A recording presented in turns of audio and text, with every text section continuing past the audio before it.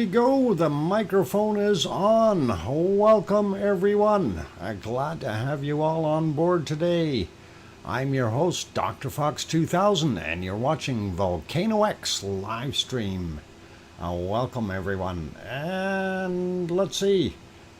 First question that comes to mind. Donut stick. Question for you. Donut stick. Is it stick or sticks? Anyway, I was going to ask you, donut sticks. What in pray tell gave you that name? Because I was thinking back and, what are donut sticks? And I remember working in the bakery when we used to deep fry the donuts. We had sticks.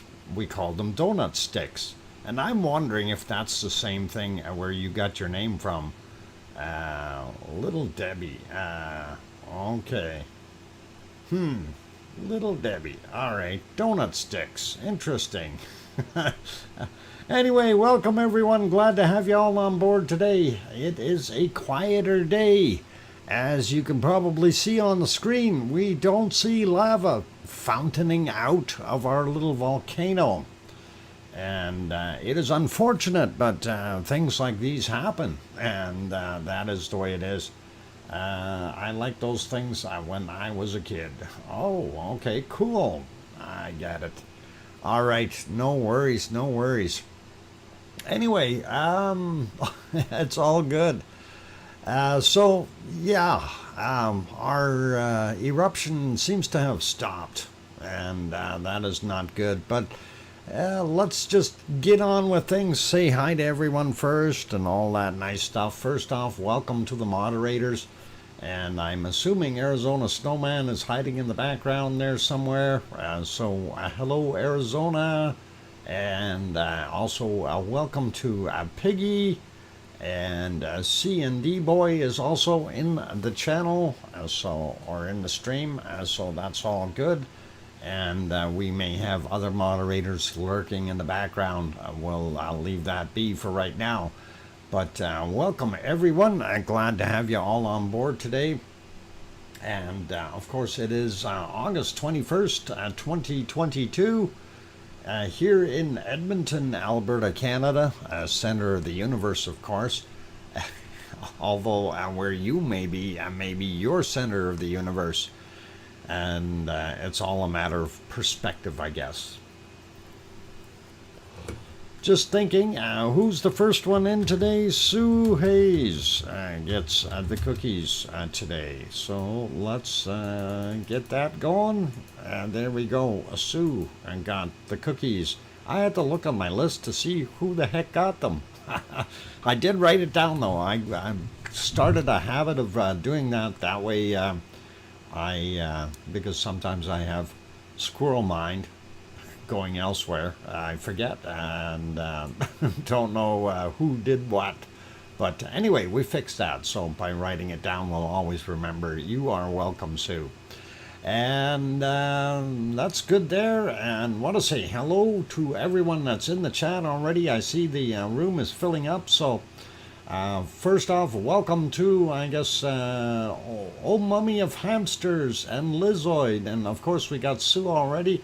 Welcome BMAT and Mars 2028, Alan Coker, Misty Gris, Hermione Schaefer. Welcome, Hermione. Kevin Haynes is here. BMAT again. Oh, hang on. We got him already. Going up some more. Nancy Buchanan and Old Nick and Peter Greenlees. Welcome all of you. Sandra Rockland is also in the house. Anna Wallner, guten Abend. Donut Sticks is also here. Welcome. And going up a little bit more, looking for other wonderful names. And we got Mars 2028. We got Sandra. We got. And going up here, a lot of repeats now all of a sudden. Darn it, John Raper's in here. Welcome. Glad to have you here. Adele is also here. Trek 15 made it in. Good to see you. Art Manda. Welcome. Glad to have you on board. And let's see, who else we got in here? We got old Nick. We got old mummy of hamsters for sure. Trojan Pony is here. Welcome back, Trojan Pony. Going up some more, looking for more wonderful names. And let's see, who can we find in here? Oz. Welcome, Oz. Glad to have you here, Oz. Peter Greenlees, I think we got you already. Diane P is here. Welcome, Diane. And going up some more, we got Anna, we got Trojan Pony. Welcome. And going up some more here, looking for more wonderful names. And let's see. Did I miss anyone, or are we getting all repeats now? Chatty bunch, which is all right. I really like that. That is good though. In a chat, that's always what a person wants to see. People chatting, and that is what it's for. It's when you go to those ones and you see a couple hundred people in the room and nobody's saying a peep. You gotta wonder either the video is really, really good, or it's a boring channel. But anyway, Christian, I'm still expecting another Fisher swarm. Yeah, we'll get into that in a second. We're expecting all kinds of things. Doug Christopher also here. Welcome. Nancy Buchanan, welcome. Glad to have you on board. And going up some more, looking for more names here. We got John, we got Adele. Phil is one we didn't get, so well, good evening, Phil. And I think I'm all the way at the top now. We'll go back down to the bottom, see if there's any other old names like Old Nick that I already mentioned, or somebody else like that, like Larry Vladika. Bummer about the volcano, but I don't have an excuse to return now. Yeah, well, hey, Larry, it's one of those things. It happens. Don't count it out just yet, though. Kirst Chaplin also here, and Debbie Brady also made it in. Welcome and aloha. And Silicone Avatar also here, as well as Ez is in the house. Welcome, Ez.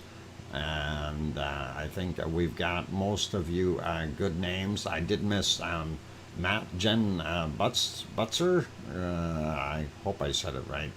And yep, Alan Coker is also here. Welcome. And I think we got just about everybody now. Anyway, good to see all of you in here. Did I say hi to Sandra Rockland? I think I did. Should be all right. Anyway, it's all good, you guys. So, yeah, the big thing that we noticed, of course, overnight was that the thing was dying out. It really did. It was not so nice to see, but hey, it is one of those things where you can't really control the volcano in any way, shape, or form. It just happens to do what it is going to do. But it is still some activity there. So looking at the harmonic tremor chart, and I am going to refresh that just so I definitely have the latest here. And there we go. So when I seen that this morning, I went like that, okay? And that's about it. So looking at that, you kind of have to get a little bit scared and wonder what the heck is going on. The Greens like volcanoes. Yeah, everybody likes volcanoes, but you know, we're a little bit worried right now. Hey, Jules is also in here, as well as that other one with all the symbols there. What do you call yourself, Phi or Pi or something? I have no idea, but all looks good. And anyway, yeah, looking at the harmonic tremor chart, you see how it took a nosedive right down to the basement and then started going up. But the fact that we've got all these lines so close together, that's telling us there's still a lot of activity down below. And if you remember the ones that we had with Ragnar, that all started moving up, and we ended up with very long duration eruptive phases, and that is kind of something. I'm wondering if this thing is starting to try to cycle or something, and not sure about that. Hypothesis of my own, I guess. It's going to be interesting, though, to see what happens. How do I change my star color? That star color only changes during time for first month or something. Hang on, there's 2 blue colors, by the way. You can't change it, it just changes automatically. So if, like, you see Old Mummy of Hamsters and BMAT as an example, they've been on for over 6 months, I think, that kind of thing. I'm not 100% sure exactly what the star color is there, but it's something like that. And in time, it'll change. You like green. Well, next month it'll be green. So it'll be neat. Layla is here as well. Welcome, Layla. And anyway, getting back to the chart. So I remember distinctively, what we've seen before, and it coming down to the bottom here is not really that scary at this point in time. Is if we see it stay down here and turn into smaller lines, and it continues on down here, then I'll be worried. As long as I'm seeing upward activity, I think we still have something going on there that we need to contemplate. So the up and down activity right here, it's trying to cycle is what it's doing. So the pump is trying to reprime itself, if you will, and hopefully it will manage to get all the way up. Maybe another shaker or two will loosen things up, and we might be able to get there. A quick peek over at the earthquakes in the last 12 hours, and that are these guys here. If I can get onto that page real quick. So looking at, of course, this is Ragnar. If we zoom in a little bit, there you can see our volcano. Now, in the last 12 hours, we haven't had anything right on top of it. If we look at 24 hours, we do see that we did have a 0.88, and that was at 7:33 this morning, so Icelandic time, and that is kind of interesting. I thought maybe that's going to shake something loose, but I looked at the depth and I thought, okay, well, that's a little further down. This is a coincidental quake, or we've got just some pressure release or something because of the weight that has been thrown up on top of the land. But 5.6 kilometers down is not something that I think is relevant unless it is a part of the chamber, the magma chamber, either collapsing or something. We really don't know. It's all speculation in that sense.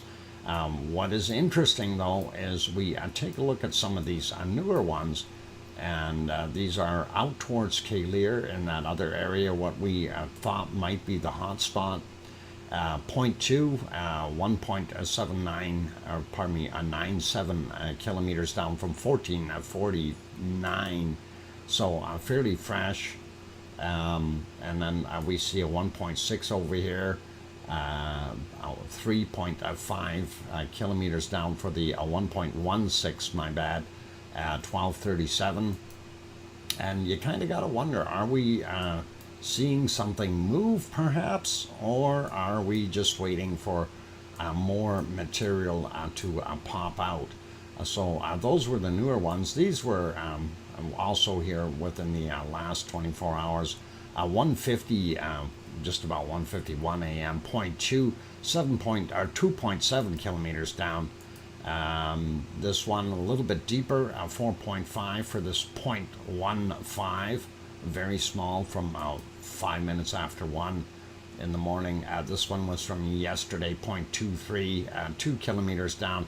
So those are what you would expect to see underneath the volcano itself if we seen anything there, rather than something that was 5 kilometers down. A little bit odd. We do see some other ones here, and again, these are fairly high up, 3 kilometers down, that kind of thing. As far as the depths is what I'm after, and even the 1.6, 3.5 clicks down. This is a little bit older, a little bit deeper again, so it's almost like something is moving up in here a little bit. I don't know what exactly is going on down there. It's, like I say, kind of hypothetical with thinking that we may end up with some more action here, unless we've got a feeder pipe coming from that area up to this point, and you never know. It may be this may be where it starts and then comes up. Who knows? All kinds of different possibilities, but for the moment, we see basically a cease in activity from our volcano, and that is evident by what we see looking at it. And it's kind of hard to judge and go, well, hey, what's it doing? I mean, it right now just sitting there doing not a darn thing. So I did kind of throw together a little bit of a time lapse. I took about 4.5, I think it was almost 5 hours worth of the last glows that we seen from the volcano.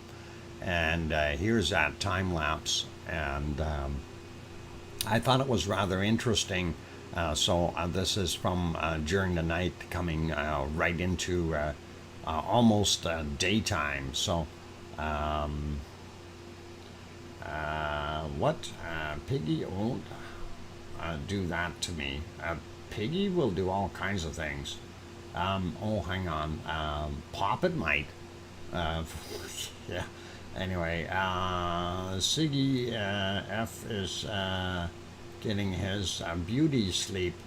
Oh, well, it could be. And anyway, as we watch the smoke from that glow there, you've seen all kinds of odd UFO lights in the background and stuff. People flying their drones around, and of course, on the other side of the crater, which we can't see from this camera view, is the area where the lava was pooling before it decided to crater. But are there seismic charts alive? Well, they are as live as when you refresh them. They don't automatically refresh for you, but if you type in Rumble chart, you can go to that link, and somebody just did not too long ago there. Just scroll up a little and click on the top link. That gives you the most current one, and then if you want to refresh it, you can. Very simple. Hopefully that answers your question. And Carl Flower, is it Faller? Faller, I got it. Okay, Carl. Okay, cool, thanks. And yeah, hopefully that helps you out. Anyway, this is kind of what we were observing during the night as the thing was kind of coming to an end. The glow on the other side of the crater where the lava pond had built up was a little bit brighter than what was happening in the volcano, and I thought it was kind of neat to see that. So it was pretty interesting, but No, there weren't any new vents. It was just the lava pouring out in the open area, and because of all the smoke, it was the smoke was being lit up by the light from the lava pool. So it looked really, really awesome. And it is unfortunate that this thing has kind of died out, but it's part and parcel to volcanoes, you know. So again, you know, my thought patterns here are this thing is going to go again, but I don't know how much or when, but I don't think it's over, although it doesn't look that great right now. So it's a hurry up and wait game again, you know. So we are waiting for Mother Nature to decide what she's going to do and make it happen. And it's kind of interesting though, and you can see we're starting to get into the daylight hours there, and you'll see the last little throws of lava bits at the end here, and just very small little spouts, so you know there was still hot lava within that cone, and it was still trying to throw it out. It was bubbling, and that tells you that we have some kind of stuff going on. Grandma B gifted one membership. Thank you kindly, Grandma B. Grandma B gift and one. Thank you. That is awesome. Hopefully somebody good will get one. That'll be pretty cool. Anyway, there you can see the last little bits popping up there, and that was the last lava that you really seen ejecting from the cone. So there you have it, you guys. That is that time lapse, and getting back to present day, that is pretty awesome there. So yeah, it is very, very unfortunate that it decided to shut down. But again, we need to take a look at how much lava did it have, or magma did it have in the chamber to begin with. How much has come out already? Is the volume from the chamber now spent and poured into Maridalia? One of the things about Maridalia Valley that they mentioned, and if I recall correctly, it was capable of about 74 million cubic meters before it would spill out. A portion of that was already poured in there from Ragnar, of course, but I don't know about how much space was really left. We know for a fact that it never did escape the valley, so it tried, but never made it happen. And that is evident by what we see on the other cameras here. If I can get to the right screen, and no, not that one. Try this one. Yep. So over here on the right hand side, we see that spot where, you know, we thought for sure we're going to see it go out there and start heading down towards the water. And it would have, what, 4 kilometers to go or something like that, a long distance anyway. And we don't see it going beyond that point.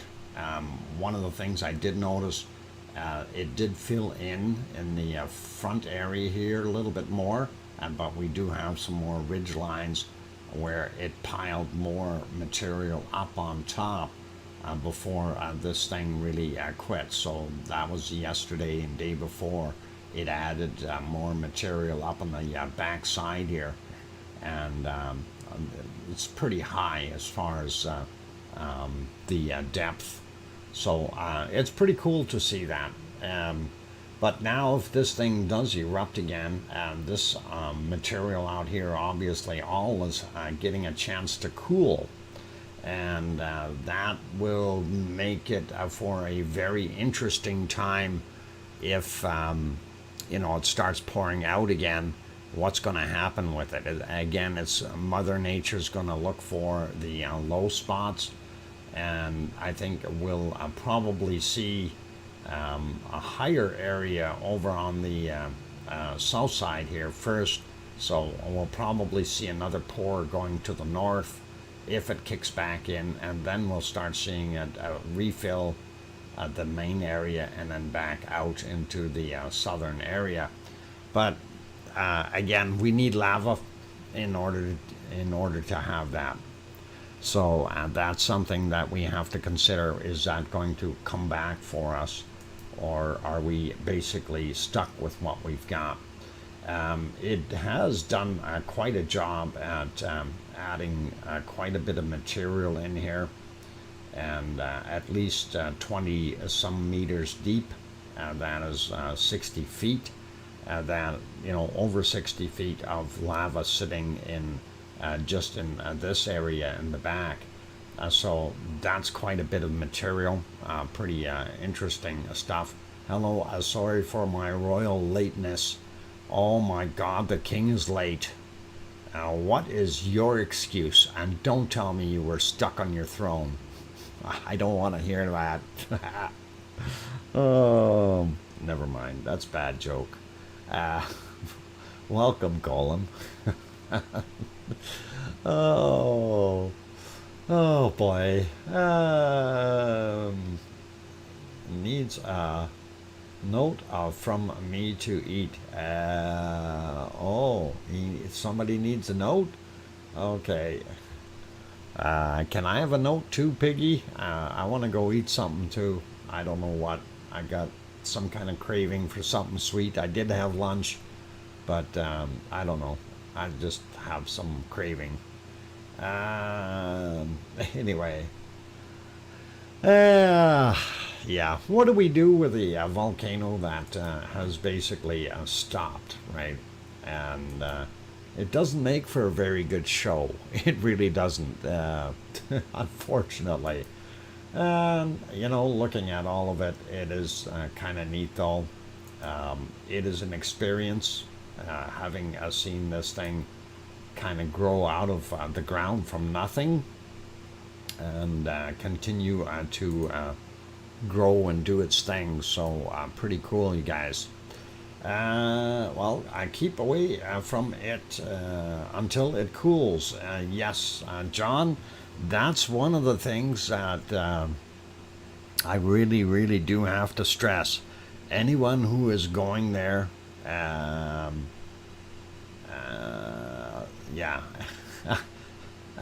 Piggy says, put me on the drone. I will drop a snot bop on it.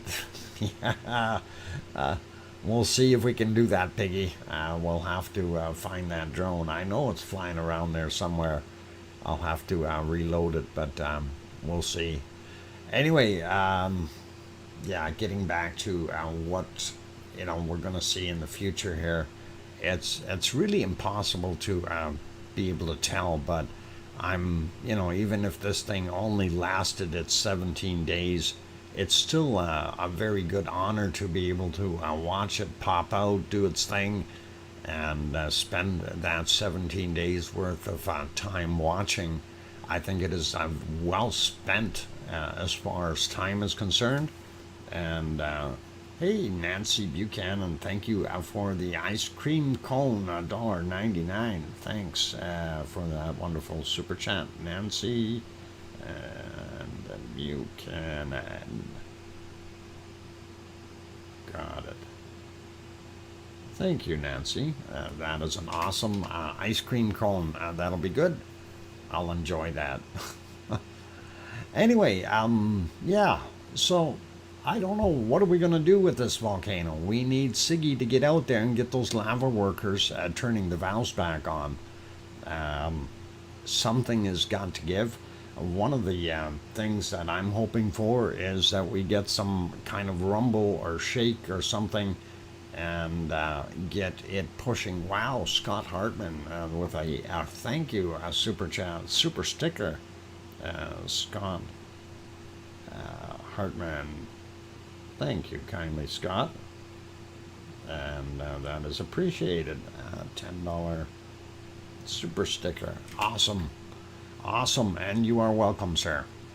And yeah, so yeah, this thing, it's pretty cool to be able to have seen this, and also for those who have been along for the journey with Ragnar as well. This is kind of a nice addition to it in that sense, since it is in a relatively familiar area, and we kind of got to recognize things very quickly right off the bat. So it is pretty cool to have seen that, and I like it. I mean, it really starts to build history for us, and I think that is a neat. It really is. When you're looking at it, I mean, most of us, when we've watched Ragnar from birth all the way up to when it was Bob, really, all the way up to the humongous Ragnar left behind. That was just, it's amazing. And on the scale of volcanoes, it's tiny. Okay, this thing is even smaller. And looking at the little Siggy volcano here, so it's kind of neat and kind of interesting, and it really makes a person wonder what the heck is Mother Nature doing, and pretty awesome. Just got an email here, just gonna peek real quick. Oh, ah, oh, yeah. All right, we can load that up. Okay.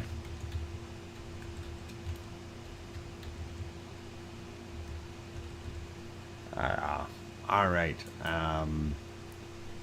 I'll see if we can get that on the page here. Hopefully it'll fly okay, Piggy. No guarantees. 3-minute warning, thanks. All right, we'll try not to fly around too much, but we'll load it up here and see if we can do this. I don't know how big that picture is, but it'll be fun. Let's have a look here. I might have to work on it. Might have to trim it. So here's the new drone picture with Piggy strapped on the back here. So just so you guys can see. And she's doing an awesome job. She's got a red cape now, which is really cool. But it's not the smartest thing to wear on a drone, because if you get a little bit of backdraft, you're going to get wrapped up in the propeller blades, and then we got problems. So that is kind of what we got to do. Yeah, that's nice. Sakurajima is going off right now. Well, let's have a peek real quick and see if it is showing some lava. Well, we have very poor visibility there, but let's see if I can get over there. Sakurajima, where are you? I need to find that page. There it is. Yeah. Yeah, if it is erupting, unfortunately we can't see a darn thing. It's got way too much cloud, and I don't see any lava flying out of there. So, yeah, it's really not going to help us out much. But thanks, Mars 2028, and we'll definitely have to look back at it in a bit and see what it is doing. And I'm going to get this Flying Piggy drone off of here. There's another one there that will show in a little bit, and that I don't believe that's a pig, though. I think that is something else. Yeah, it doesn't look like a pig. Piggy, I hope you understand that second one was not a pig, okay, on that drone. Just in case you missed that. Just bugging you. It's okay. Anyway, you guys, it is that time for me to go have a break, and it's a cow piggy. It was a nice thought, though, but we'll deal with that. Okay, be good, you guys, and I'm going to go for a 5-minute break for those good people that are here. I hope you do enjoy the show. I'll try to leave you on the quad screen, and that way you can see what is going on in multiple places at the same time. Parts of Iceland, that is. And we'll leave it there. Unfortunately, that one is not that great of a picture. Why is that? I gotta find that one and see if we can fix that. Darn it. Oh, that's the only one on there. Oh well. Well, I'll leave it there for now anyway, and throw some music on, you guys, and I will be back in about 5 minutes. I need to take that break, so don't go away. Keep smiling. Hit that like button if you are enjoying the show, of course.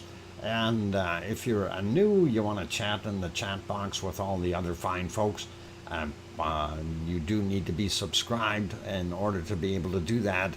And click on that subscribe button. 1 minute later, you'll be able to chat in the chat box. We have that on because of all the spam that's been going around lately with these sex links, etc. So that's why that's on. Anyway, I'm your host, DrFox2000, here in Edmonton, Alberta, Canada. I will be back in a 5 minutes or so, something like that. Thanks.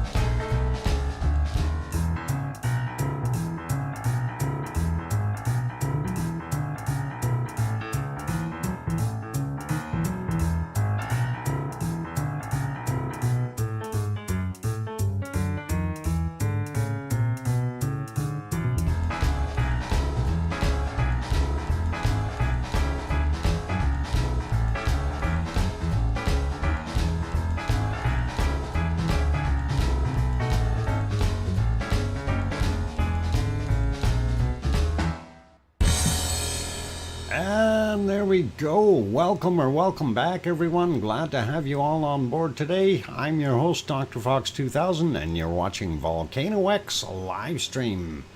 Welcome back, Daddy. Thanks.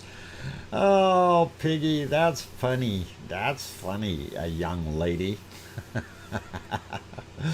Oh, let's see. And thank you for the welcome backs from Sue and Kevin and BMAT and Misty Gris and all of those wonderful people like Mars and Anna and King Colin and I can hear you from Sharon Stewart. So and Pepper says hi too. Wonderful, and that is awesome. Lava Lady, welcome. And let's see, who else slipped in here? Misty Gris, of course. I see you. Thanks, Peter. Yep. Good to have everyone on board. Anyway, as you see, the quiet state of what's going on. Some people are saying. Wake it up or whatever, and I'd love to. If I could, I would, and I'd make everyone happy with loads and loads of lava.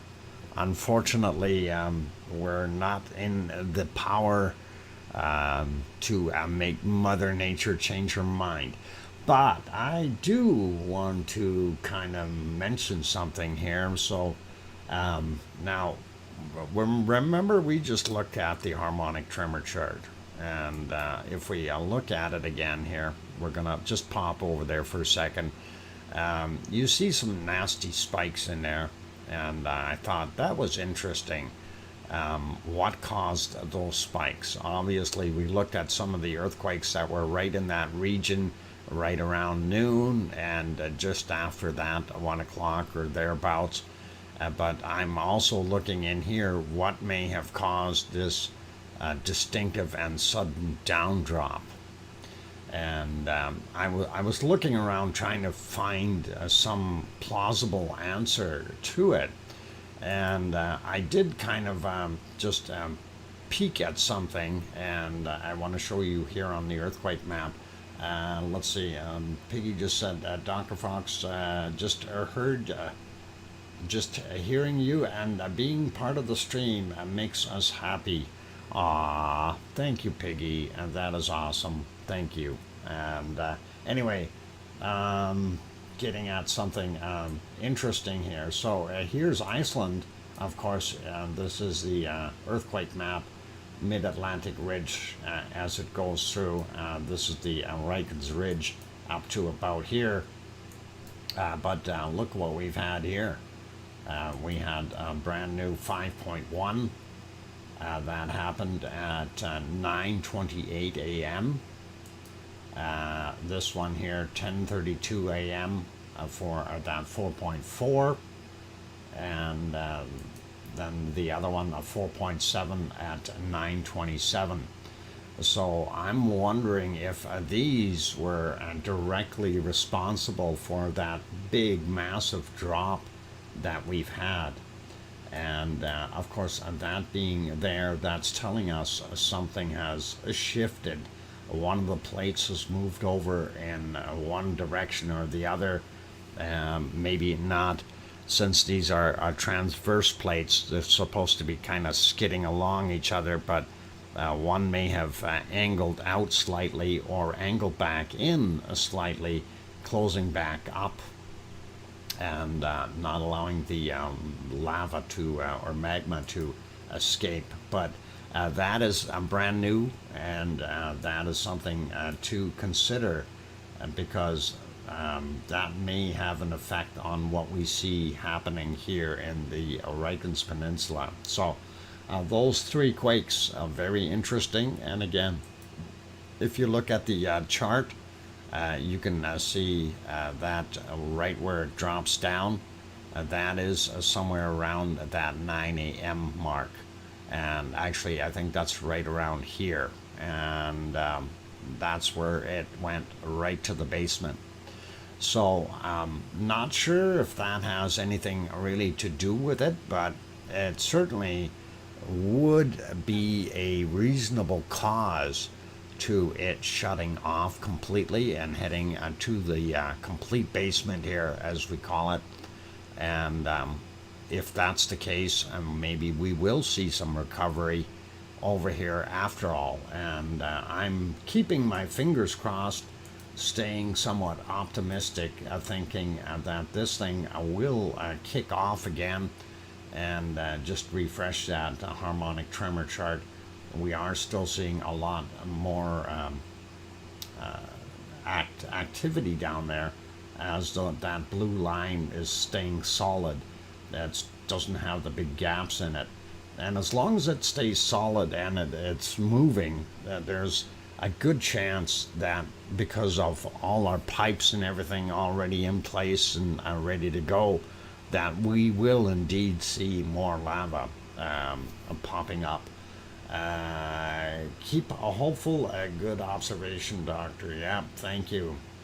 And just trying to make sense of what's going on, or why it quit all of a sudden. And I really don't think it ran out of magma to pump up. I think the plumbing has changed, is what I'm seeing here, and something is either taken the pressure off or changed things, and it could maybe be taking the pressure off of the chamber.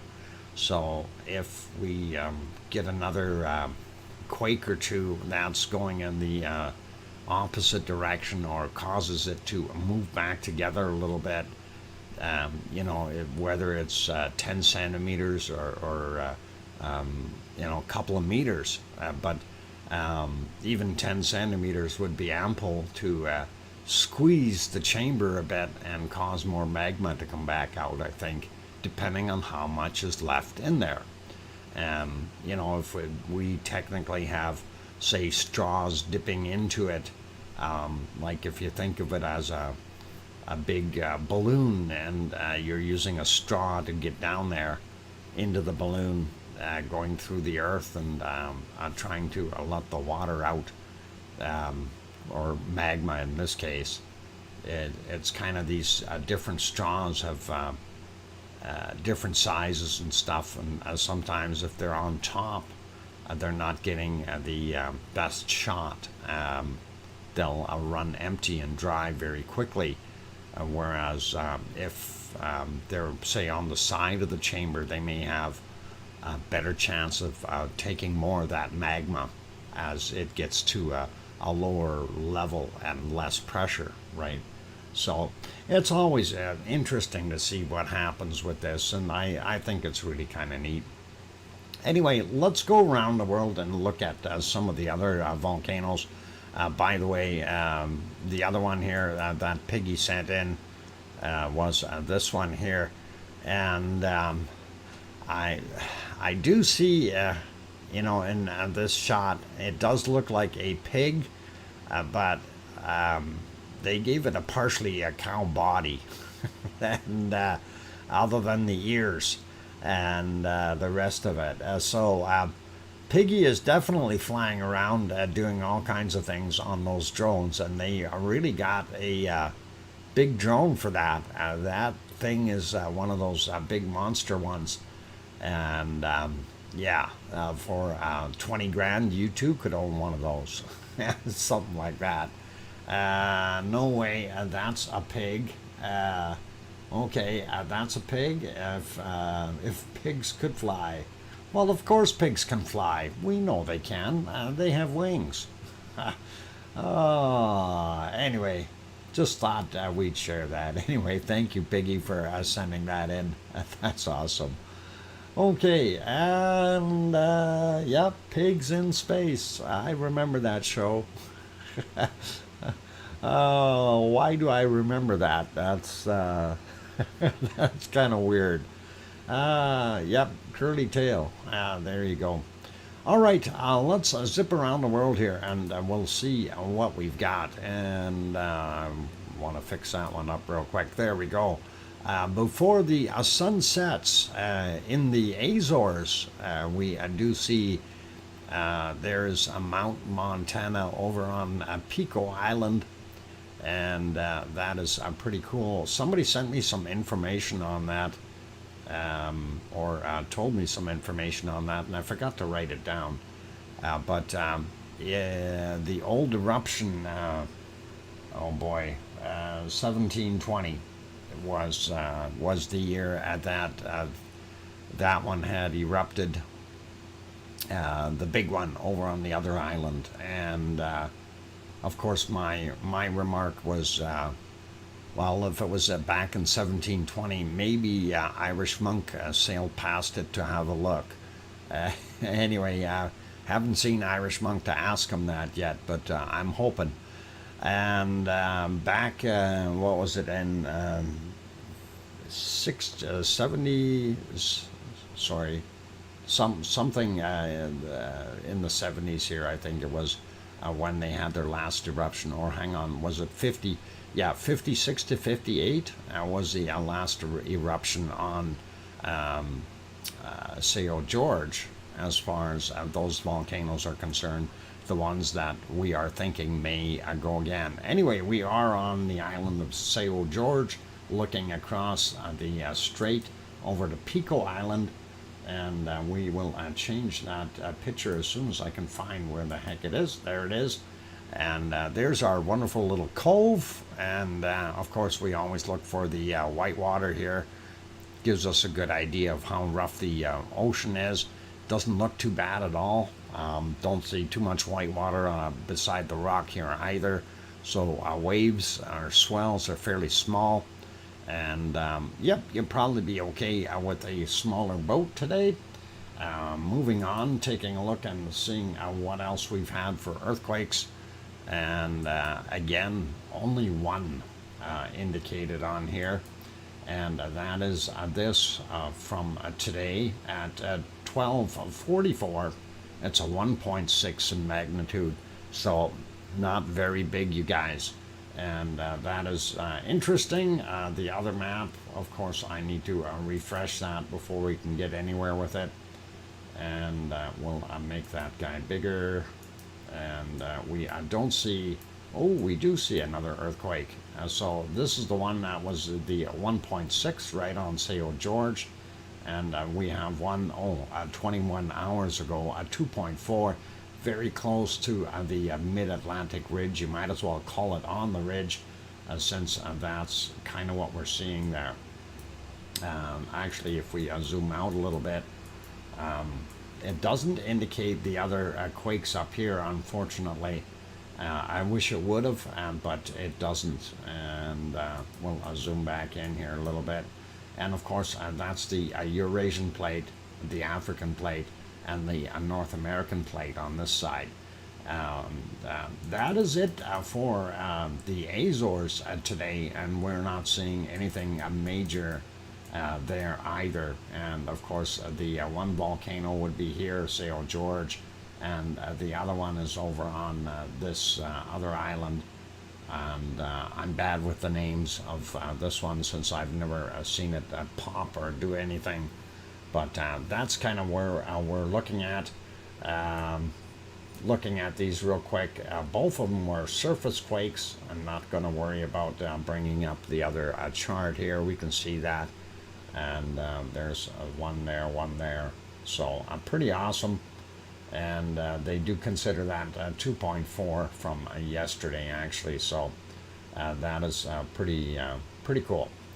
And that's it for the Azores. Let's move on and not look at that guy. Well, we can look at him first if we like. That, of course, is in Nicaragua. That's Messiah Volcano. And we can see that it is definitely continuing to off-gas. We can see the caldera up here, which is really nice.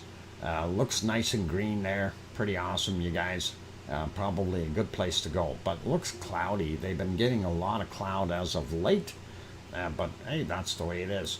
This is Cerro Negro, and that one, of course, not doing too much right now. Looks like it's raining in the area. I'll leave that guy be. Popping over to Popocatépetl, and I wanted to make sure that that is live. It says not live for some reason. Oh, now it's putting commercials on. Thank you. That's what I like. All right, skip those. Minya ne len Kaktala. 5-minute warning. Thank you, Piggy, and welcome, Len. Glad to have you on board. Popocatépetl, hiding in the clouds again, and since it does make its morning appearances, we do like that part about it. We see a lot of clouds still around it, even in the morning hours. And there you can see how much snow is still left on that thing. It looks like that snow is really starting to build up right in here. And I'm wondering if that's a sign. Ski resort. You never know. Anyway, yeah, lots of snow up there on Popocatépetl. Not sure if we had a golden morning. No, I think it was in the clouds for the most part. So we did see, hang on, actually right where we are here, if we go ahead a little bit, we should see a big plume of dark material popping out. I think I might have to go ahead by, oh, there it is right there. So it did pop a little bit during the morning hours, and that was at 8:38. That is pretty cool. Nice to see a little bit of an eruption. LOL Gemma Super Kitty saying hello, Dr. Fox, and welcome. Glad to have you on board. LOL Gemma the Super Kitty, Dave, and Claire. Welcome, you guys. Glad to have you on board. There you can see a little bit more of that dirty stuff coming out of Popocatépetl, and it did pop a little, so I'm wondering if it does leave some of that ash behind. That stuff usually makes our snow dirty, and oh, you can see kind of a third plume right behind it there. So it is definitely putting some material up and out. Nice to see, and interesting, really, when you get right down to it. We don't typically see this thing going off that much, and that would be pretty awesome. If it does, I'd like it. But yeah, I just want to see how that plays out here. Just let it run for a minute. And yeah, that's quite a bit of material actually coming out of there in one shot.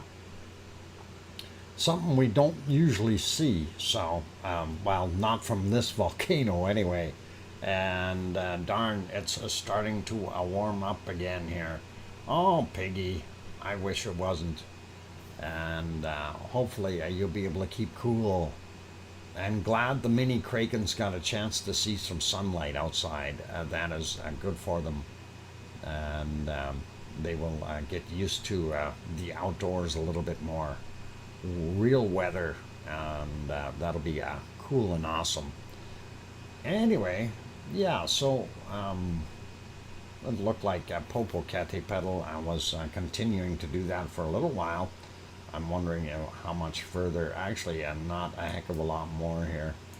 If we slide on, yeah, even about a minute later, it's done already and consumed, so we don't see it. And then after that, we go back into the clouds, so we don't see a darn thing. That one is not working, apparently.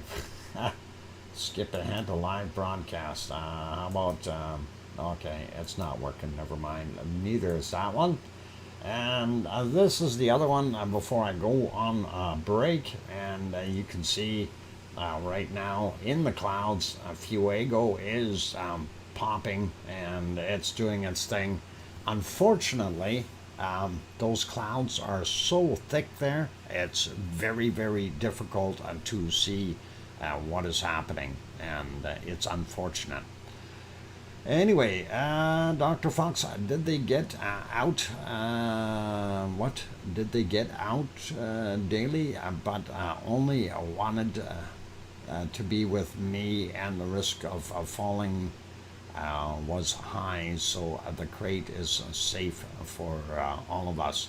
Yep, definitely keep them safe for now. Anyway, that is Fuego down in Guatemala, and we know it is still active doing its thing. I'm going to return you back to Iceland, and we will see if we can leave the multi-screen on here. I'm trying to change out that bottom left-hand panel there because that smoke is indeed going right towards the camera. I'll see if I can fix that in a little while. Anyway, you guys, for all of those who are here, if you have not yet hit that like button, but you're enjoying the show, by all means, help us out. Give it a quick bop. It's very inexpensive to do that, and we'd really appreciate it. Also, for those who are on the sidelines, if you want to see more of these wonderful shows, you're more than welcome to hit that subscribe button if you feel we've earned it, and go from there. Anyway, we'll have bacon seeds after the break. I mean, I'm going to go for a break before the Krakens come out, and they are already crated up apparently, and ready to be set. So I'm taking that break. I don't need Krakens. Be good, you guys. Keep smiling, and I will be back in about 5 minutes or thereabouts, you guys. So thanks, and I'll be back. I'm your host, DrFox2000, here in Edmonton, Alberta, Canada. I'll be back.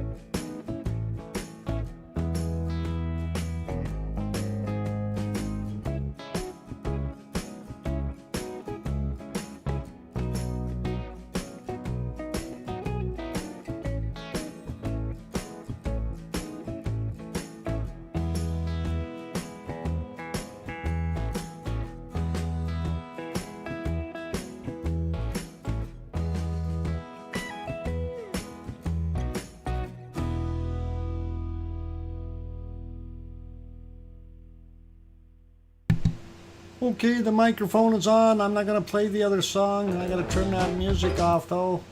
There we go.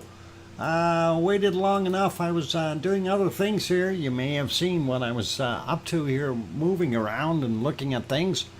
And you see that wonderful green circle there. That is some lava still pushing forward. That is still material that was in the tubes and pushing out. Yep, it is a little bit of bacon, and that is what we're seeing there. That's actually kind of awesome that we do see some. So you can't say today was without lava. It is on the screen. Not a heck of a lot, but it is on the screen. That is wonderful, you guys. So awesome to have everyone here. I'm going to clear that off, and we'll get at our bacon seeds, and we'll do our thing. So pretty cool. And thank you for the welcome backs from all of you good people, such as Sue Hayes and Kevin Haynes and Mars and Life, yes, Piggy, Ariane, and let's see, Sharon Stewart with I Hear You, Dr. Fox, and that is all awesome. Anyway, yep, that is your bacon supply for today. Unfortunately, it comes with rationing, but that's all we get. That's better than none, and I like it. Anyway, back to the regular screens here, and we'll put that one back to where I know it should be, and we'll go back to the other one for a second, and then we'll get over to the bacon seeds. Rationing the rashes. Yep, we're definitely rationing. And let's see. Okay, we got back to that one. Bacon seeds, come on. You can do it, computer. I know you can. You had them earlier. And sometimes it's getting slow. And of course, that's where we stopped yesterday. That was our last one, and nice to see that. That's a Hungarian pig, and special kind. They like cold weather. They got fur coats, and that is pretty cool. And their young have racing stripes, which is pretty cool. And they carry their young on the back through the deep snow, right? I don't know if that's how it works, but anyway. Looks pretty awesome. We'll go on to this one. Now, Piggy, I have to ask you, I'm a little suspicious here, Piggy. That pig, for some reason, that pig does not look real. Piggy, can you please explain to me what that is? Is that actually a figurine, or is that a real pig? Because I don't know. To me, it just doesn't look real. Piggy, where are you? Piggy. Oh, she's probably feeding the krakens or something. Okay, anyway, we won't bug her, but I question that. And is that real? Yeah.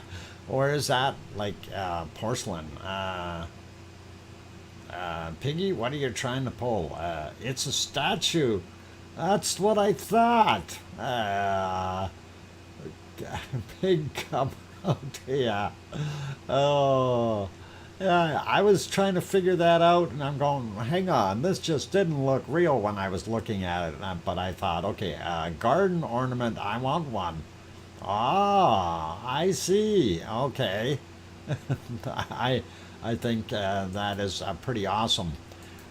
This guy, on the other hand, definitely looks real, and he is a little on the skinny side too, as far as I'm concerned. But definitely, that's so real. Yeah, no, okay. This one is real, definitely, and I don't think that's a statue of any type.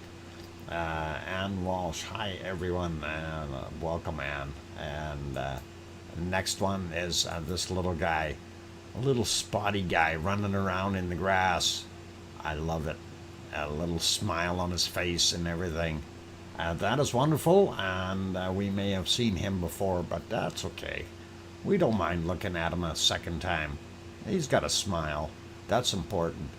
And next little piggy on our market is these guys, more racing stripes, and I don't know. Looks like these guys are slopping in the mud, and interesting. Definitely need to eat some more. They're too skinny. We need more pig food, and that would be good. It's either that or less exercise. One of the two. Next bacon seed, you guys, is this wonderful one here. Look, this one's got one of those earphones, cell phone attached to the ear, and some more racing stripes. Awesome. But definitely doesn't look like a figurine. Oh, the one is a diet seed, bacon seed. Ah, okay. Well, this one doesn't look too skinny. It looks like his tummy is fairly full there, so I don't think this one's starving. But nice cell phone attachment. All right, next is these little guys. And, well, I think they should eat a little more. They got long snouts. That's, I guess, better for bopping. And we do like that. That is cute. Little ones, and they are definitely little tiny bacon seeds. So they are cute as all get out. Okay, one more bacon seed for today, and that is... look, a bacon seed, and a smile. Of course, when we see, that little guy's getting his belly rubbed, and he's got that big grin on his face, and you got to admit, that is got to be one of the best looking bacon seeds out there. So small and so smiley, and we love it.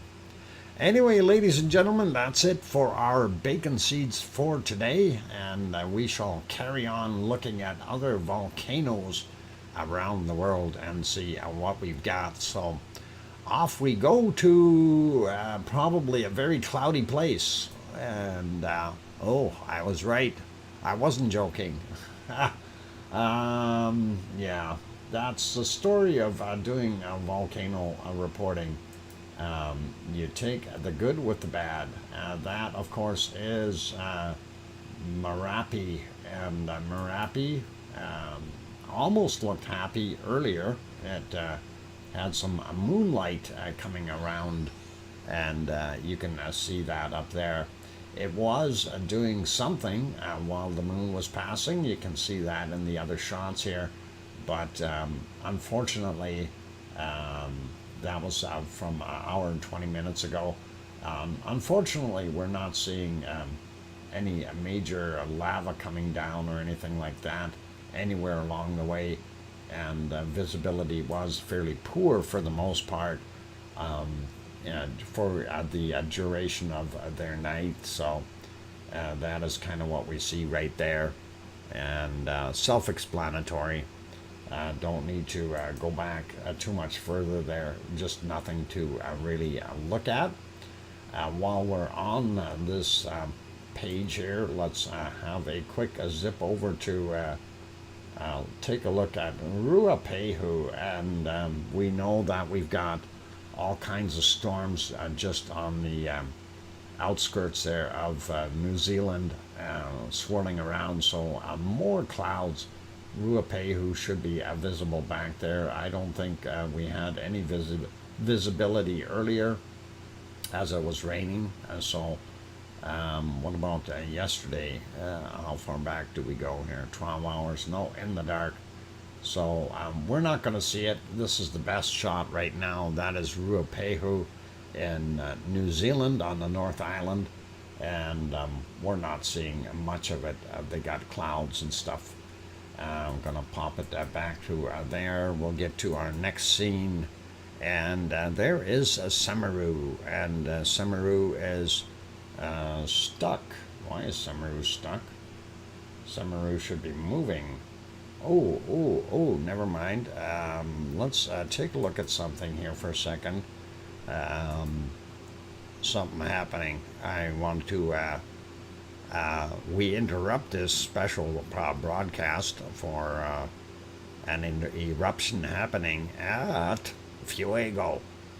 All right, we've interrupted your programming. Fuego is doing something, you guys, and this is why we monitor volcanoes. So I don't know what the heck it's up to, but it is certainly throwing off a lot of material, and it is out of the clouds, which is really good. So yeah, interesting, and I wonder if it's going to keep doing that. Definitely like seeing a spontaneous eruption to break up everything that we were looking at. It's kind of like the squirrel moment. But anyway, glad I seen that. I will keep an eye on this and go back to it in a bit. And hopefully it will be doing some more stuff. Maybe we can see some stuff going on there. Sue says, weird plumes at Fuego. Yeah, it's like, it is kind of weird because it's blowing off the volcano over to the left-hand side. Ooh, hey, more coming out. Somebody's shaking it. I think the lava workers are in the wrong place. They're supposed to be in Iceland. What are you guys doing there? Get back to Iceland. Anyway, as I was saying, it looks like it's going off the top and sliding down the left-hand side, and then the wind is grabbing it and lifting it back up and out of there. So kind of neat and awesome to see. And yeah, I wish we did have a microphone on there. It'd be interesting to be able to hear what is actually happening at the crater. Mind you, the camera is so far away, we probably wouldn't be able to hear it anyway, because of it being up so high. Camera is mounted on a different mountain above 9,000 feet in elevation. Hey, you got Gary Lucky got one of the memberships for that was gifted by Grandma B. That is awesome and cool. Way to go, Gary. You can have cookies now. I'm still hoping C&D is, no, not C&D, but Arizona Snowman gets nailed with one of those. I would like to see that. Yeah, the lava workers probably enjoying some tropical vacation. Those guys must be nice. Actually, can't complain. Most of us are enjoying summer, and that is all right. And anyway, let's carry on. I wanted to get over to Semeru.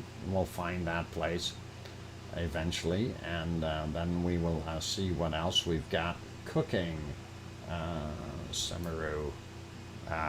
Oh, hang on.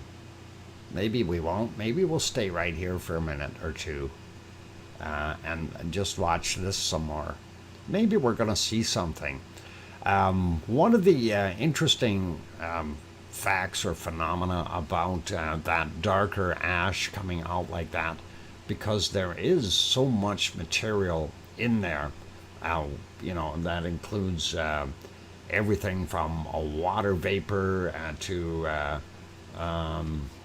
okay, Kevin Haynes, I gifted one membership. Okay, and Kevin, thank you kindly.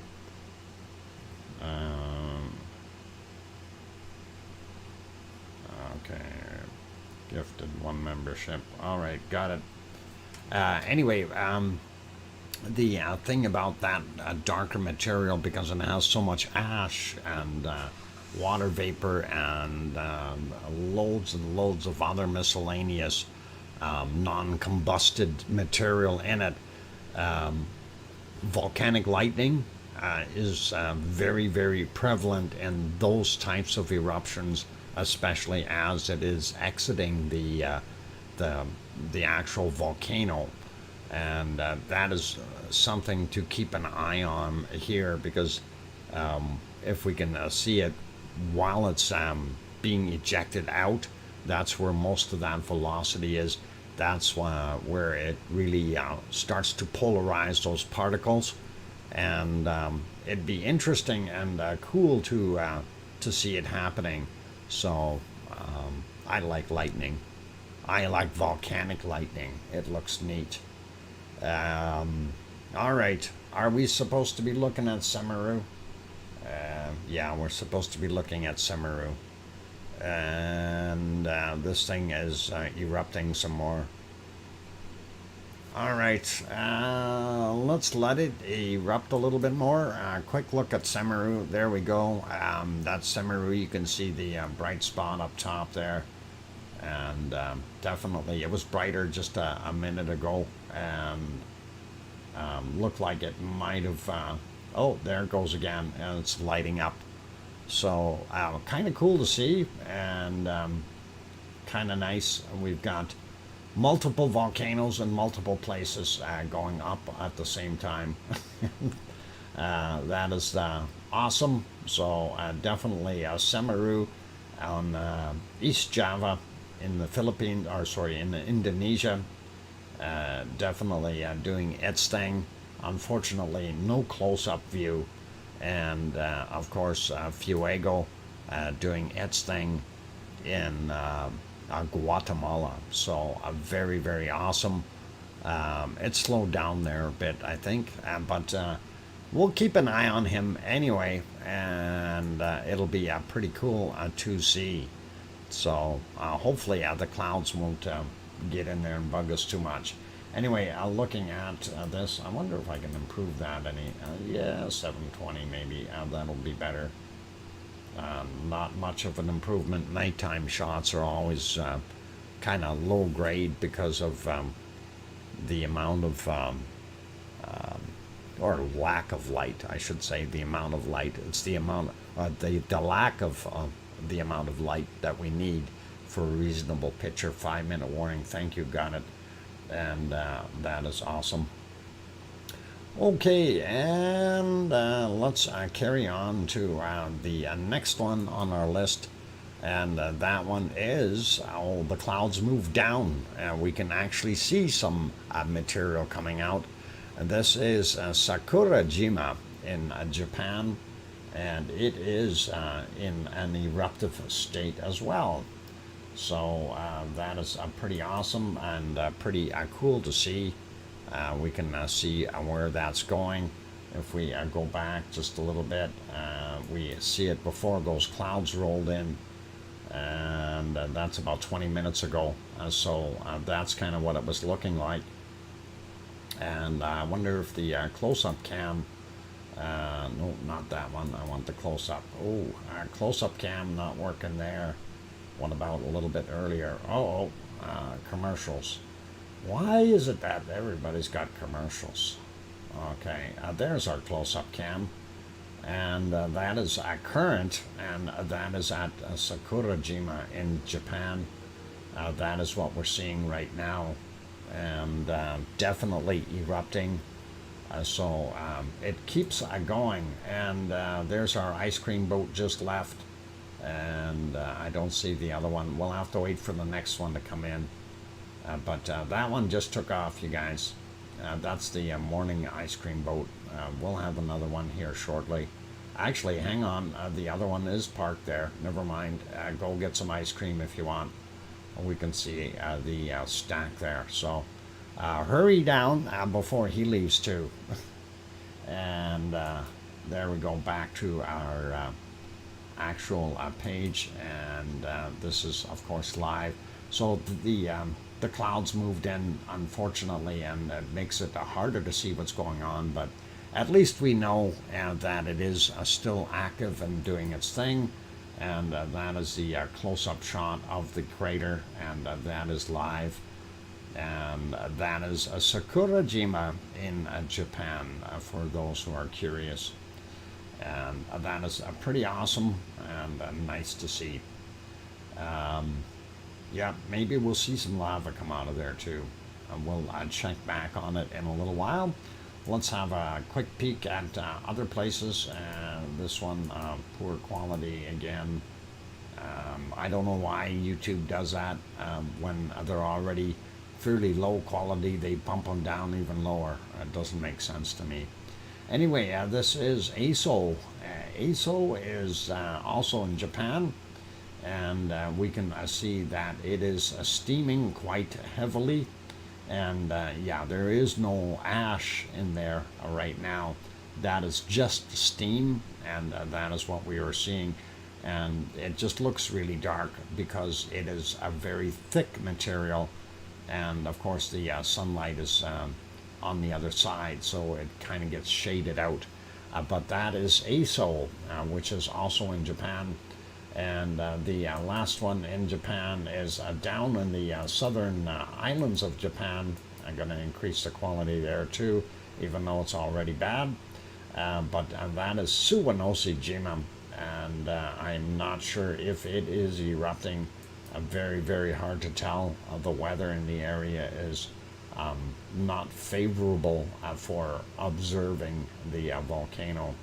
If we go back about 6 hours, I was trying to look for some lava glow, but we see raindrops on the screen instead, and that's kind of what we've got there. So that's about 7 hours 45 minutes. This is roughly 10 hours ago, and yeah, very, very hard to tell. That's cloud in the way. Doesn't look like we're seeing any lava glow in there right now, just rain. But getting back to our wonderful Sakurajima, there's the close-up on the crater there, and you can see it is continuing to throw out some of that material, as well as some whiter clouds now, so it may be kind of easing up a bit. We'll see what happens. And again, we'll check back on it, same as we would on Fuego. And there is Fuego doing its thing, continuing to throw out other stuff. Yikes. I'm putting it back to Iceland, and somebody let the Krakens go. I need to get off of here and lock my door before they get in. And no, maybe we'll put it on the multi-screen. All right, you guys, and I'll see if I can fix that other picture there on the bottom left. We'll try that after I take my little walk. Okay, be back shortly, you guys. For those good people who are here, if you're enjoying the show, by all means, do hit that like button. Help us out and get those numbers up there. And, of course, it is free to do that, so spare no expense. And thank you. Also, for those sitting on the sidelines, if you want to come in and chat, you do have to be subscribed for at least 1 minute. And the reason we have that on is because of the spam that's been going around. So we try to do our thing to keep it out of the channel, since it is a general rated channel. On that friendly note, I'm going to run and hide if those Krakens are coming, and that I don't want. Anyway, be good, you guys. Keep smiling. I am your host, DrFox2000. I will be back in 5 minutes or thereabouts. Thanks.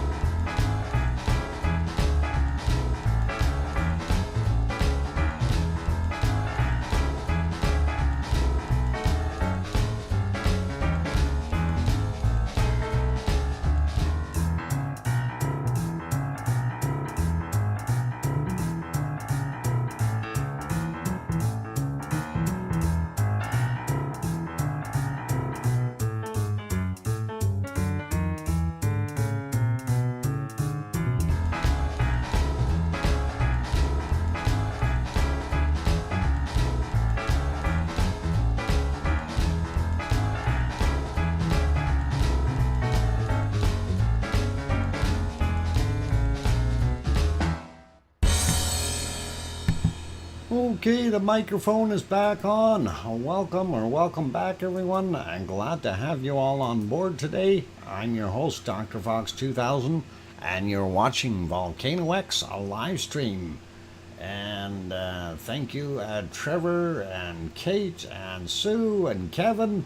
Appreciate that, and that is awesome. And also, Don Arnold, aloha from the Rock. Hang on, that's not Hawaii.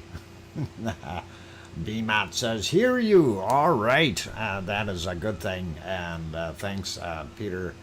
Louise Clark also, I missed earlier comments, but I'm sure we'll see more eruptions like before. Just a little pause. Yep, we're going to see more eruptions somewhere along the way. It's just sometimes Mother Nature decides to turn things off. And it's actually very rare to see a very short-term eruption. Usually you see an eruption go on for several months rather than 17 days. So I'm thinking this thing is not over yet. As Sharon Stewart says, I hear you, Dr. Fox. Really? Yes, really. I'm glad you hear me. And that is awesome. Anyway, I was going to go to other volcanoes real quick here so we can catch up on what we've got. We did have a look at what is happening at Sakurajima, and that is continuing to throw material up and out. Unfortunately, those clouds are moving themselves right in our path, and hard to see anything on the close-up. But then again, that's the story of our lives. I wanted to head over to Taal and have a look at it. And this is what I was greeted with. Yeah, Taal volcano is definitely there and doing its thing. Unfortunately, it is not doing what it should be doing. So that is what we're seeing right there. And it's one of those things. So we will carry on. We're going to pop to our next one here. And of course, that should be our wonderful Yellowstone National Park. And we see that. And that is beautiful, of course. And now there was some article sent about the something that they've found there. Okay.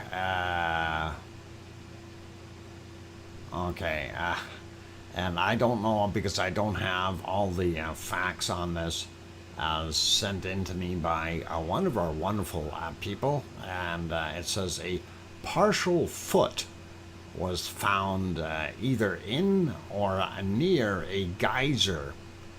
And that is out at Yellowstone National Park.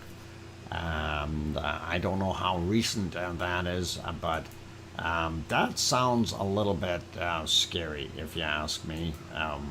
Finding a foot near a geyser. Oh, it's in Yellowstone? Okay. Did they mention, whether there was a 1 day ago, Dr. Fox? Okay, they found it a day ago. And is Mira Dahlia done? Not completely. We're not giving up on it yet. We'll get back to it, Tom. Don't worry. Yeah, I kind of wonder, how would you get a foot there? And that's a little bit odd. Someone fell in, I expect. Well, yeah, to lose a foot, I mean, feet don't come off that easy. Where is the rest of the foot? That's a good question. And I didn't read the article, or didn't see the article, so we're gonna definitely be looking for that after the show, and that'll be interesting.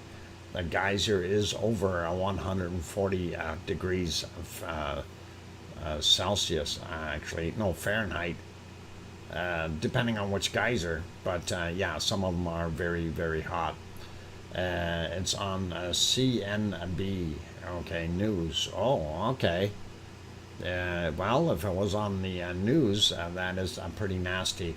They are theorizing that it is related to the death there on or about July 31st. Oh, okay. And that is interesting. Was that the one where there was the attack or the bison attack? Is that the one? I'm wondering. But that could be, yeah, boiling water. Pretty darn hot stuff anyway. Oh, the officials have verified it was a partial foot in a shoe discovered by hikers in a hot springs acidic pool. They have identified it as belonging to a person who did die in the park. Oh boy, that is not good. Okay, wow, yeah, that is pretty scary. Yeah, be careful where you're walking, you guys. If you are going out and looking at geysers, volcanoes, any of these things, stay on the paths. Don't make your own. You know, it's like when I see people walking on the lava beds, like the other day when I was watching some of those videos of the people going out and getting really close. They want a better view. So they go right close to it, and I am really not in favor of that. You know, because you don't know what's under there. You really don't know, and you step in the wrong spot, you're done. You're, you know, the worst part is if it breaks through, you end up in a lava pit. It's worse for you if you don't get submerged completely and done right away, because if you fall into a lava pit halfway up to your waist and burn to death, that would be awful painful. Dr. Fox, they recovered other parts of the deceased about a month ago. Okay, thank you, Nancy. And let's leave that alone. It's a little gruesome, and really, I don't want to. It's just bear in mind the safety things, guys. That is important if you're in any of these places. By the way, thank you for that wonderful super chat, Matt, Jen, and I really do appreciate it, and that is awesome support. Yeah, those the big thing about, you know, going anywhere, well, like I say, whether it is going to Yellowstone or whether you're going to Iceland to have a look at these volcanoes and stuff, stay off the lava, stay off the areas that could have potential danger. You know, it's something that use common sense. You want to be able to look at it, and you want to be able to take the memories home, not have somebody else have bad memories about a place. So, you know, I'm not trying to be weird or rude or anything, but, you know, just watch yourselves. Like, don't put yourself in danger at all, because that just doesn't work. It doesn't help anyone. It doesn't do anything for anyone. Trying to get that better look. It's better to say, hey, maybe I'll wait, let somebody else take a picture of it, and I'll look at that afterwards. But I know I've been close to the place, and I know what it's like. It's good. It's awesome. I love it. You know. But don't be foolish, right? And that is what's happened in a lot of cases where you see some of those Pahana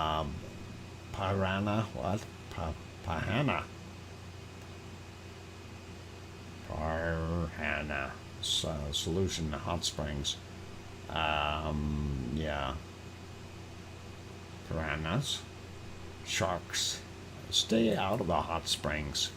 You never know what there is. We saw enough to educate others and not getting in trouble. Yeah, the problem is you can't teach everybody. There's the old saying: you can throw mud at a wall for so long. Eventually, some of it will stick, but not all of it. And that's the whole thing with a lot of people out there. And you really got to wonder what is going on. Anyway, let's go to our other volcano, and that is heading out to Hawaii. And we will have a quick look at Hawaii as soon as I can find it. And I'll locate where my Hawaii files are. Not under there, maybe under this one. Yep. Let's go to Hawaii. All right. Turn that off. There we go. There's some beautiful neon stuff, and that is awesome to see. And of course, that is the lava pool that is within the Kilauea crater, and we see it very nicely in its neon finery.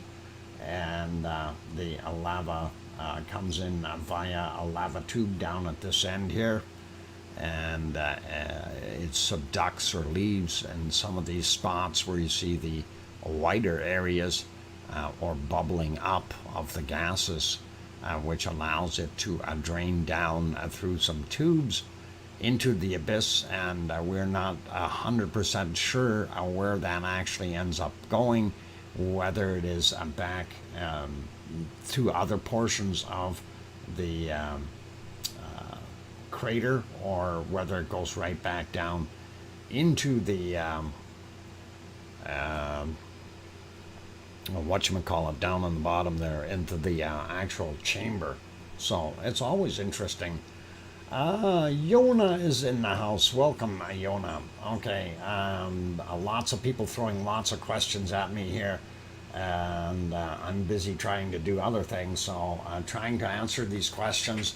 Mars 2028, is this why the first thing the rangers tell you in Yellowstone is stay on the designated paths in the thermal basin? Only a fool doesn't listen. Well, that's exactly it. And then Mars 2028 throws in here, also, if you climb Mount St. Helens, stay back from the crater rim. The edges can be unstable. Yeah. Well, what are you doing climbing up on a volcano? Anyway, electric dog, the piranha solution, also known as piranha okay, is a mixture of sulfuric acid and hydrogen peroxide used to clean organic residues off substrates. Okay, I'll be sure not to drink any of that.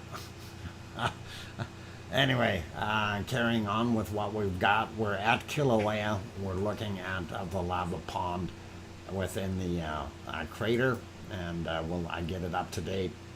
This is what it looks like right now, and we see that the levels are still quite full and right up to date there.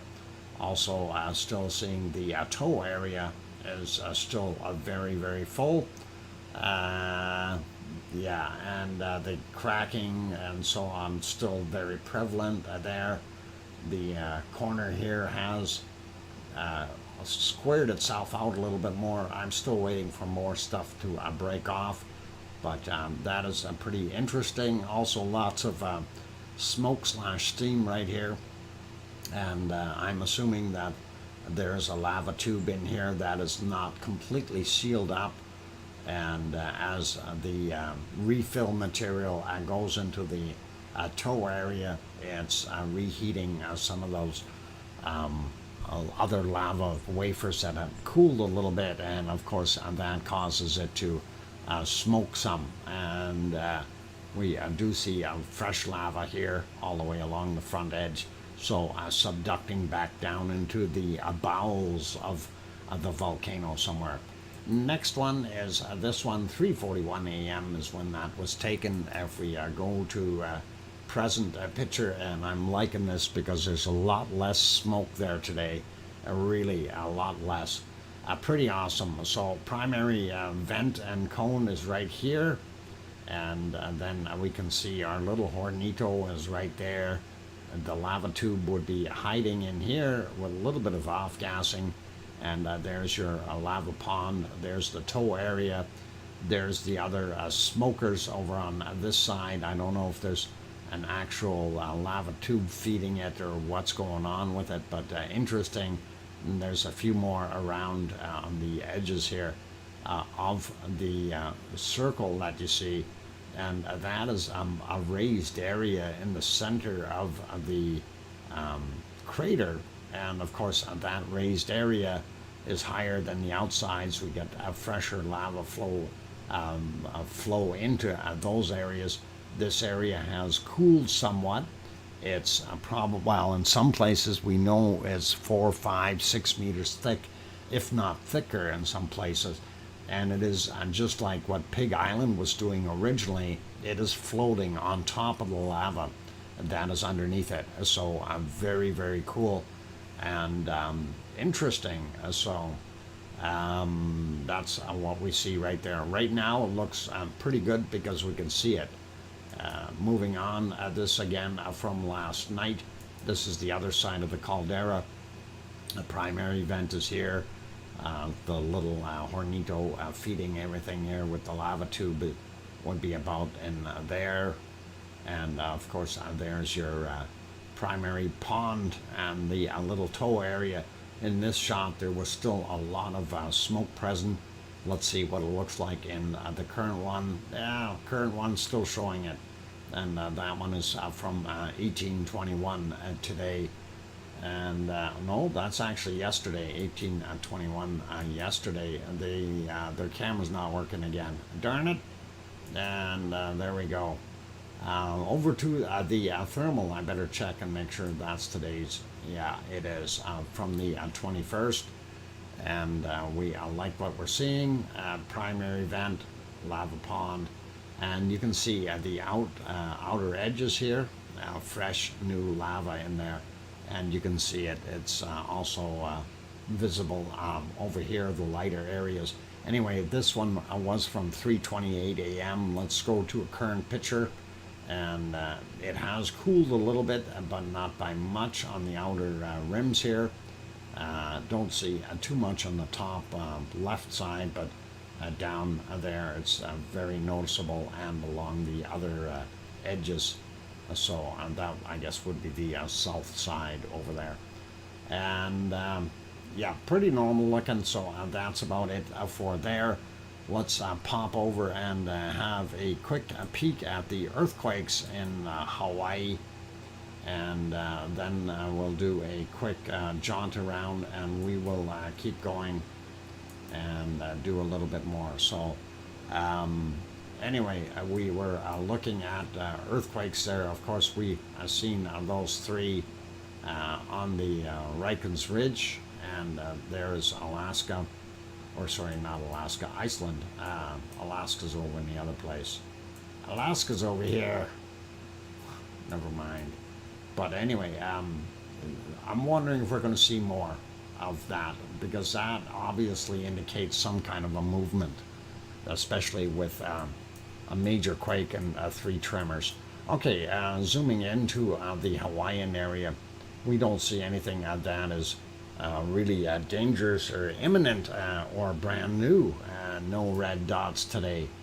I do see this guy over here on the flatter portions. This is Mauna Kea, and this is down on the lesser slopes, if you will, down on the bottom. We'll start with that guy, 2.2, 700 meters above sea level, and happened at 13:37. So interesting. And let's get over here to the Pahala area. out in the water. We only see the one here today from 3:11 a.m., 44 kilometers down, a little deeper than usual.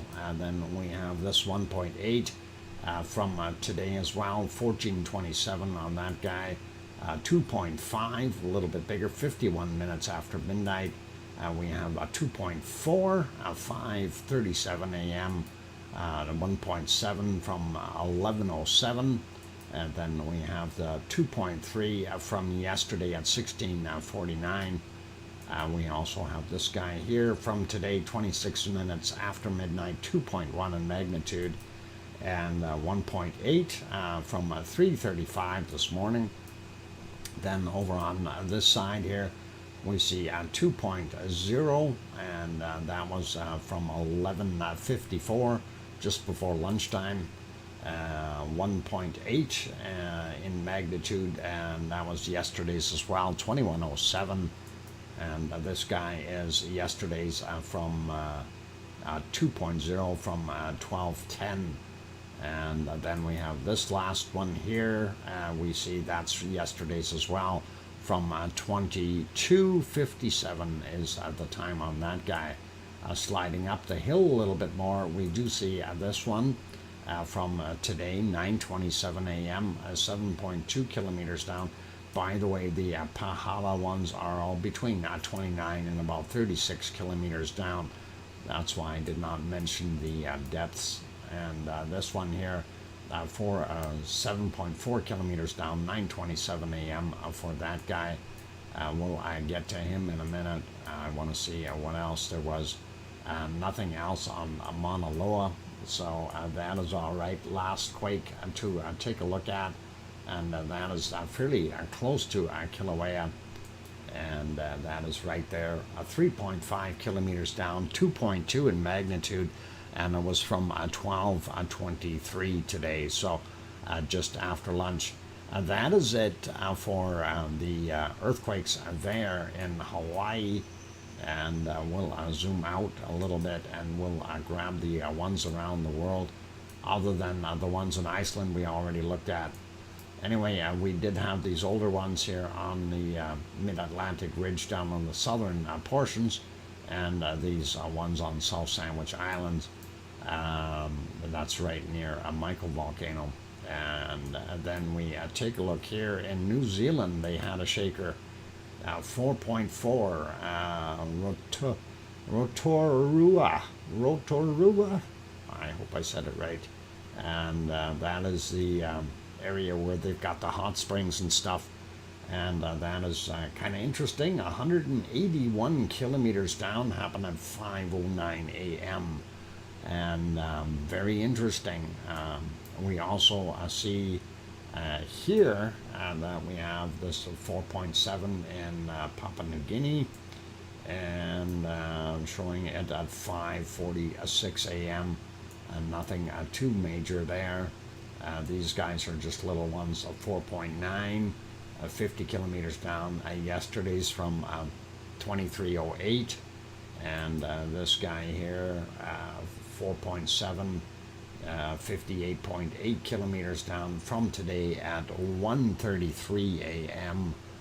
and not too big. Then we do have one here in Taiwan, 4.4, 13.4 kilometers down, happened at 10:11 their time. And Japan has a 4.2, 368 kilometers down from yesterday at 20:51. Don't see anything major or big going on anywhere else there. Sliding over, we do see one small one here in Sicily, 4.1, and that happened yesterday at 22:52, and it was 11.2 kilometers down. That leaves us with these three here, just on the, of course, on the Rikens Ridge. And of course, we looked at these earlier. The biggest one here, 5.1, 10 kilometers down, 9:28 a.m. Then, of course, we had one at 9:27, 4.7, and then also the at 10:32. That would have been an aftershock at 4.4 in magnitude. And hopefully we'll see some more movement here, and that will allow our volcano to start up again. That would really be sweet and awesome if it did that.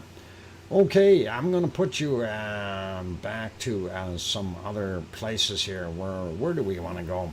We want to check on things for a second.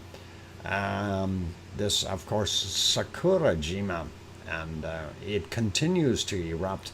Unfortunately, those clouds have moved in the way of the close-up camera as well, and made it virtually impossible to see what's actually coming out. But you can see the cloud plume up here. That is coming out of the volcano itself, whereas the other clouds here are just drifting by, obstructing our view. And that is what we've got there. And I wanted to have another peek at Taal to see if Taal was working. Hang on, that is not right. Let's turn that off and find that. Gotta find that. There's lava there. I see a glow of lava. It's right there. It's your bacon. That's your bacon allotment for today, you guys. That's all you get. Only that little bit of bacon. And enjoy it. It's bacon rationing today. Let me see if I can find that picture so I can change it to Taal. No. Taal is not worth going to. Let's put it back on our bacon quota for today. Okay, you guys, looking at time to take another break. So let's get at that. And, oh, I didn't want to put it there either. I wanted to put it back on a volcano. How about that shot? That'll work for now. And I'm hoping that we are going to see some lava. But unfortunately, I can't guarantee anything. All right, I'm going to try to fix that screen up. And we'll see if we can get you a different view in here. There's got to be a better view. Maybe I'll put that long-range bacon shot on there. Just give me a second here. I'll find it and locate it, and we'll do our thing. What's going on here? Uh-oh. Oh, darn. Okay, I'll do that during my break, you guys. Yeah, hang around. I'll leave it on there. If you see weird things happening on the screen, it's just me messing with it. So don't worry about that. And I'll be back in about 5 minutes or so. For those good people who are here and are enjoying the show, please hit that like button if you haven't done so already. Also, if you're enjoying it and you have not yet subscribed, please do consider subscribing. That would be really, really awesome. And on that friendly note, I'm your host, DrFox2000, here in Edmonton, Alberta, Canada. And I will be back in about 5 minutes or so. Don't go away. Keep smiling.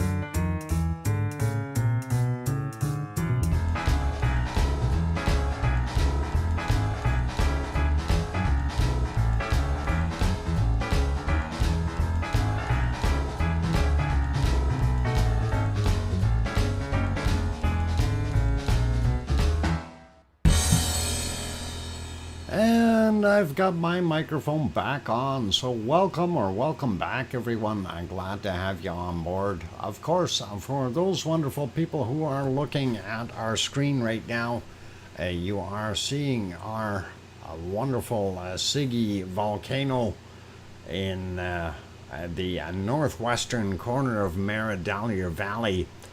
And unfortunately, it is not erupting anymore, and that is what we've got. So thank you for the I hear you from Sharon Stewart.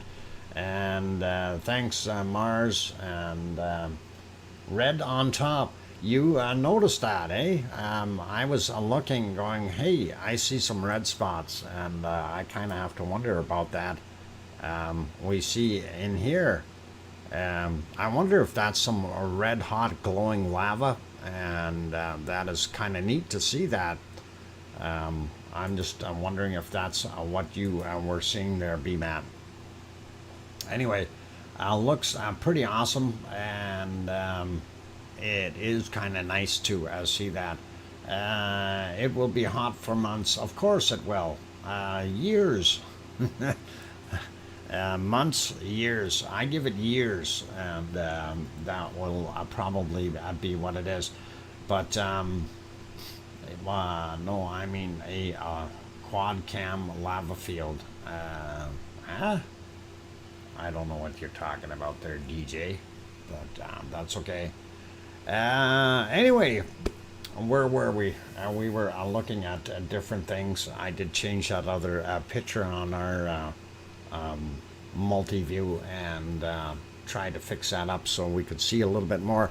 I did want to mention though that in that multi-view, when we look at it, well, not the multi-view, but the single shot there from this one here, this is up on the ridge where I did my streaming from, and of course you can see Ragnar. My mouse isn't working on that one. Show mouse. Oh yeah, it should be. Or I did it. No, it didn't. There we go. So there's Ragnar, of course, and you can see our little volcanoes down here, or you can't. It's very hard to see. There's that little speck of lava, your bacon quota for today. That's Maradallier Valley down there. This big mountain in the side here, that's Storihruger. And of course, this is Upper Maradallier on this side. And I know it's hard to see, but you do have Theater Hill in here, then the what we call the Saddle and Ant Hill, and just behind that is Geldingadarler, the other valley where a majority of the wonderful lava went to when Ragnar was going. So that is kind of what we're seeing in that view, and it is a little bit more pulled back. And you know, it's a good thing they have that camera up there, because we may be able to see more from there in the future. So we'll see what happens. Okay. Anyway, we did have a look at our earthquakes around the planet, and with the exception of where are we here? We had the extra look at Iceland. Oh, hang on. We're still waiting for it to change on my picture. Change. I'm already in Iceland right there. See? Picture is changing. There we go. And I told you I was in Iceland. Looking at it. Anyway, we did look at that already, so we're good with that. It would be funny if Ragnar woke up. Yep. I think it would be a shock, but would not really blow me away that much. Anyway, it'd be interesting, but don't know. I don't think it would, but it would be very interesting. Looking at the Canary Islands, that is off the coast of Africa, and we can see we've got a flashing star over here on our Tenerife, and Tenerife, of course, being, I guess, the major hub for most things there. Anyway, that's just a very, very small earthquake, 0.7 kilometers down. Nothing really to worry about. We are interested though in what's going on in La Palma, and let's have a look and see what we've got in La Palma for today. And we do have 1, 2, 3, 4, 5, 6, 7, 7 small earthquakes. Looking at that one, that is a 0.8. It doesn't say the depth on that. That'll probably be surface.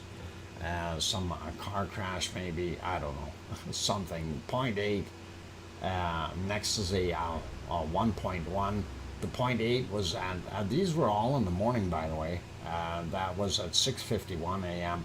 5:31 for this 1.1 up on the hill, 11 kilometers down.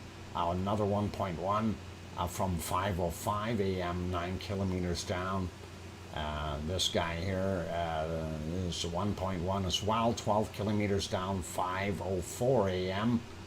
Then a 0.9 at 5:03 a.m., 11 kilometers down.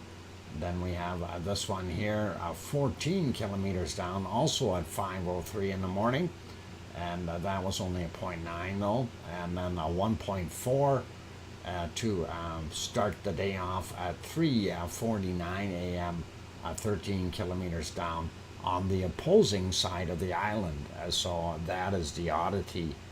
And that's interesting, very cool, very neat, and kind of not much really going on there. Some lower quakes, but hey, that is the way it is. Doc, would be Moab dropped from a would it actually make a 0.8 from a B-52? How about Siggy? The Siggy eruption. I don't know. We have to get something to penetrate it a little bit deeper. We need something that's going to give it at least about 5 kilometers down into the lava chamber or magma chamber. Then we'd be okay, a storm chaser. I think a Moab would be a little bit more of a surface device, if I recall correctly, from my armaments, and that would be about it. Anyway, interactive volcano map here.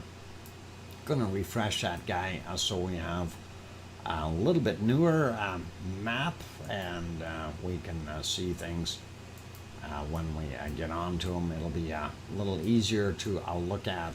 So on this map, they are indicating that 5.1 and the smaller one there, 4.4s, and so that is what we've got. And of course, there are showing Asja still and Fragrel Fjord, our wonderful volcano. And of course, when we get over here, I want to get the other name here. What is, okay, so Seo George is on Seo George Island. And then, of course, Terceira volcano is on the other island. I want to zoom right in and see which one that actually is. So it is the one, there's two here, right? It's this one right there. So pretty awesome, pretty cool, and I like that. Anyway, that is what's going on there. Not too much really out of the ordinary. Microvolcano still there. Our ring of fire, for the most part, is there. We're just missing a few volcanoes along this coast here, and I'm sure one day we'll get some happening. That Juan Fuca plate is going to keep pushing in underneath the North American plate, and hopefully it's got some squeeze on to get Mount Olympus throwing out a whole bunch of stuff, or Mount Baker, or one of those guys. That would be cool. As long as nobody got hurt, of course. And looking at the rest of the Ring of Fire, all kinds of volcanoes in all kinds of places. We do see this Tau, and that is Samoan Islands, not Solomon Islands. So that is new, and Samoan Islands, Samoa out there.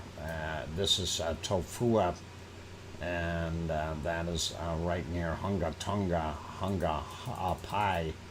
which would be somewhere a hole now, but hard to tell where it would be. I wonder, will it show up, or do we need a different surface map? It might be that hole there. We know it's a great big hole in the Earth now. That is 700 some meters deep, and that might be right around there. So anyway, looking okay there. Zooming back out, we see a Yasur still doing its thing and going around here. Ra'un, and Ra'un is still doing its thing. That was the latest addition to the Indonesian ones, and going up, we don't see anything new or crazy going on here. Still everything is pretty much the same. Little bug crawling on me. I hate no-see-ums, especially when they crawl on me. Okay, there's the thing is, these bugs are so small, they fit through the screen window, and I feel them landing on me, and it just drives me crazy. No change over here. I was looking at Italy, and we see Etna still orange, Volcano and Stromboli still their respective colors. Still nothing out of Campi. Campi's kind of like Astia.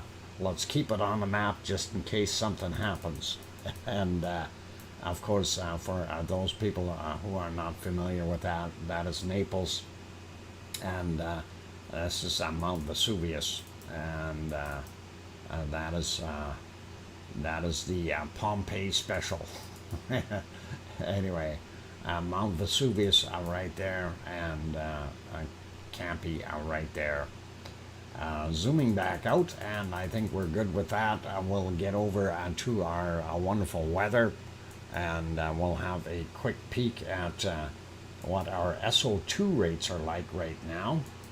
And looking at North America, it's pretty much not bad. I'm going to refresh that though, so we have that straight, and there we go.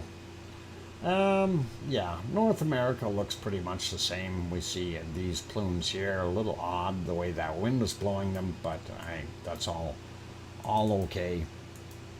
Not going to hurt anybody. And looking at Central America, we have most of everything still blowing out into the Pacific, so everything is pretty normal there, including the stuff from the what is it? Everything Caribbean. That's the word I'm looking for. From the Caribbean blowing towards the west as well. We do see the turnaround down here at the bottom end of Peru, where it starts to head over the other direction and push it back over the continent, and that is dropping some of it into the Atlantic Ocean as well. Sliding over to New Zealand real quick, we see White Isle Volcano is a little bit busier today, off-gassing some more, and that is what that one is from. This, of course, is from Tofua. We are still not seeing anything from the Samoan Islands, but where is this guy at? No, that's a gas station. I don't think we need to look at a gas station. That's all right. And looking at here in Australia, this plume, of course, being made by some coking plants getting coal, and that is what we're seeing there. This, I do believe, is leftovers from what's coming in from Indonesia, and of course, sliding up, we see the mess in Indonesia. Luolatok being responsible for this, and then these there's two in here, so you've got that Ra'un and is Semeru, making that. And then over here, this would be from Merapi, and this would be from Krakatoa. Krakatau, son of Krakatoa, and Jakarta is helping a lot. Looks like Ibu and Dakono are still busy at it here, and going up, and wondering what the heck this is all about. Looks different, because we do have a couple of volcanoes in here, but I don't recall anything that large being in there. So Bulusan being down here, it may have added to that. Of course, our Taal volcano, which is right here in Taal Lake, it definitely is off-gassing, as well as Manila, the whole city there. Population, again, makes a big difference when you've got a lot of pollution like that. And of course Taiwan, where we had the other quake, and we see some real heavy stuff from China coming into the Pacific, and that's going into what they call the East China Sea. And then of course looking down here, we can't really tell which island it actually comes from, but we know Suwanoshijima is down there, so that is adding its bit. And of course, with Sakurajima erupting, it is definitely adding some SO2 to the mix as well. Sliding up, everything else is pretty much just man-made pollution all the way up. Here in the Kamchatka Peninsula, we're not seeing anything major. Everybody is playing nice today from the looks of things. And so you'd have Chikaratsky down on the bottom, and Ibiko, and then Karimsky, and then Bezimiani and Shivalesh out here on the peninsula. And they all combine and work together to make that nice bit of soup right there. Sliding back down, looking at other places, normal for China. India looks a little bit lighter today, a lot of wind blowing through, pushing it right into the ocean, I guess, for the most part. Getting back down to South Africa, I see it's back right over top of the land rather than going out into the Indian Ocean. And then, of course, right here, DR Congo has both that volcano and coking plants, creating a lot of SO2 in that local area. Also, we would have RTVE about here, but because of the pollution from the Saudi Arabia oil refineries and so on, it's very, very difficult to see it in the soup that they've created. Sliding in a little bit closer here, looking at the boot of Italy and Sicily, we can definitely see that the wind is prevalent and pushing it to the southeast, and that is actually going all the way over to Greece and into Turkey, which is not that great. But that's what we're seeing. But that's from Etna and Stromboli, as well as a little bit from Volcano. Don't know how much Volcano is off-gassing right now, so that would be interesting. This apparently up here is from a lot of forest fires and stuff in Greece. And looking in Europe, Germany, not too bad, but a lot of local pollution waiting for the wind to blow it away. And same thing with some spots in England. Nothing up in the other areas there. We are seeing more of a plume, though, come off of the Reykjanes Peninsula in Iceland. So that is quite interesting, actually, why all of a sudden, now that the volcano has pretty much died out and quit, are we seeing much higher SO2 levels. Obviously something in the gas mix has changed, and making us wonder what the heck is going on.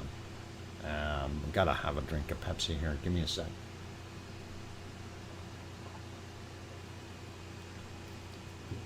That's a good vintage. Must have been July.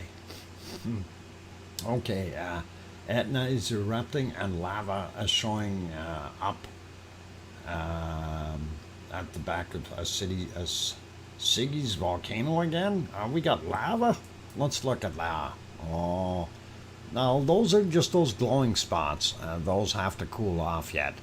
But if there is lava showing up in the crater, that would be interesting. Quick peek at the harmonic tremor chart. Let's update that and just have a look and see if there is a possibility of this thing going back up. No, not right now. Not where those levels are. So we're not going to see anything coming out of there right now. What we're seeing there as far as the hot spots, MBL's close up too. Let's take a look at MBL's close-up cameras. I'm just dying to find out why am I not seeing that. Where is that one? That would be here. Not in that picture. Not on this one. Close-up.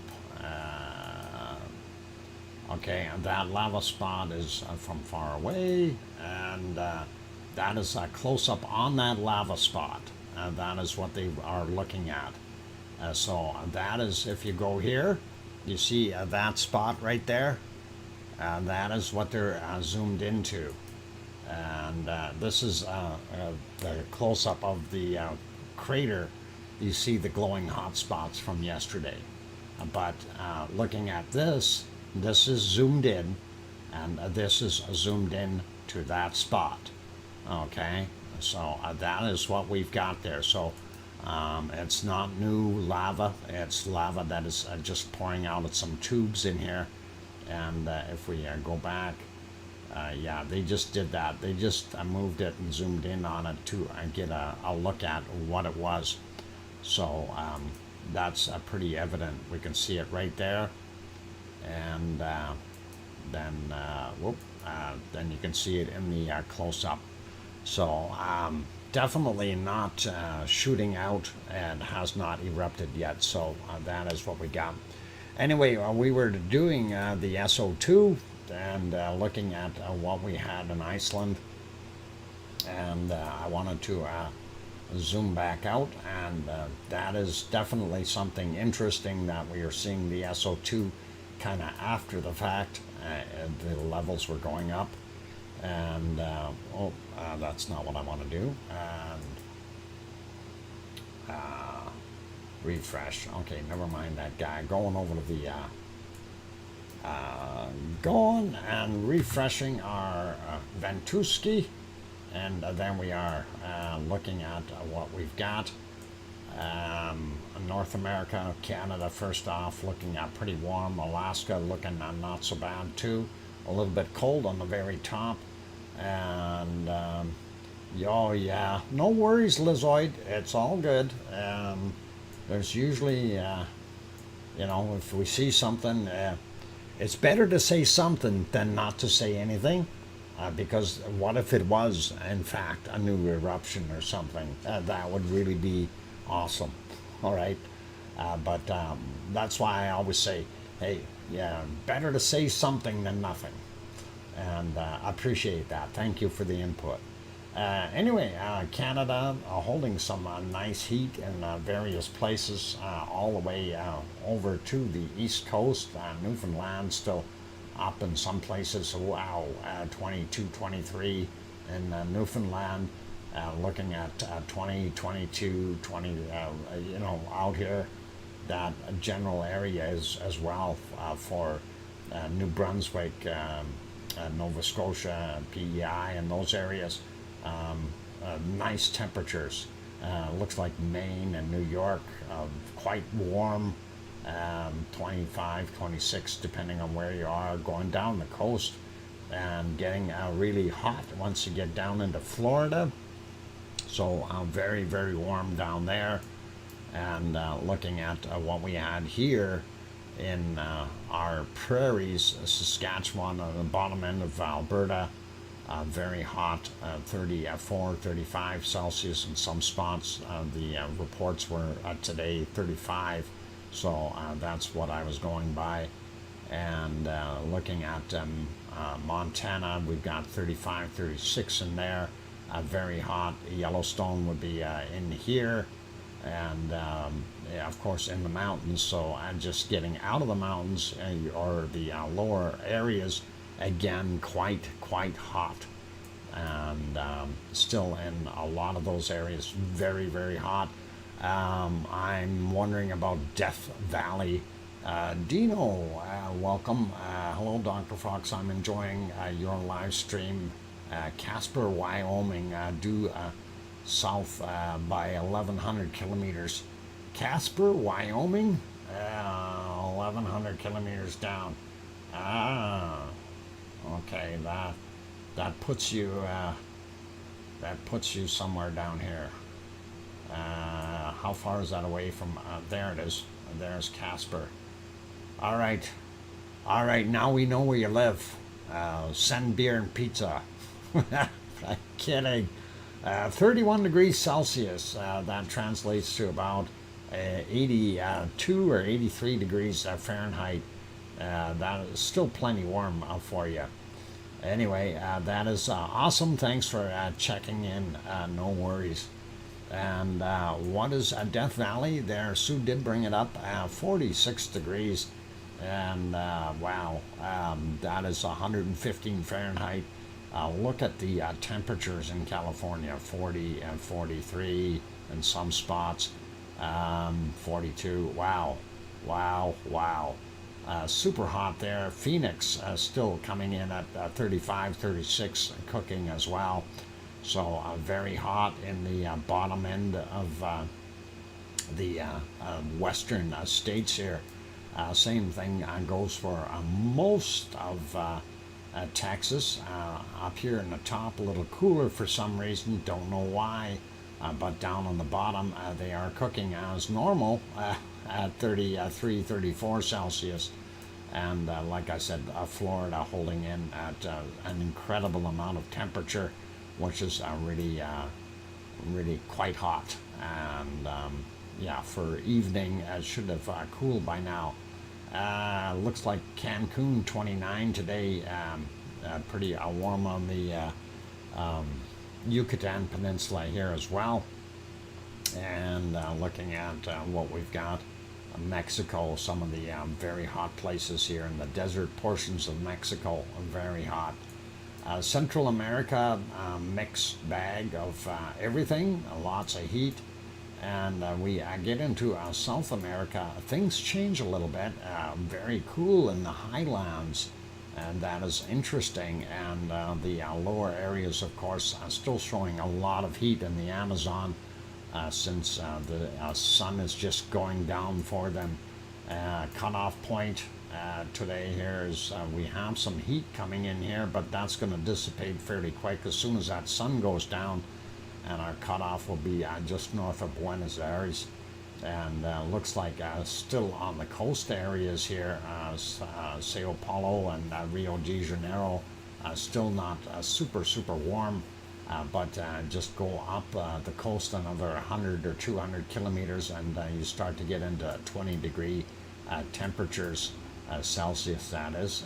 And looking down here, be very cold down there. Don't even want to look at it. Brr.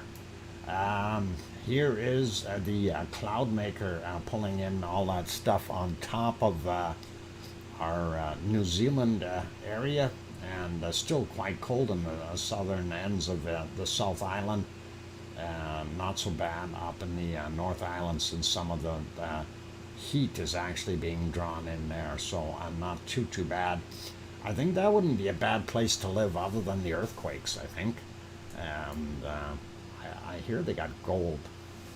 Maybe they got more gold down here somewhere. Anyway, looking at Tasmania, they got gold too, but the Tassie boys got it all.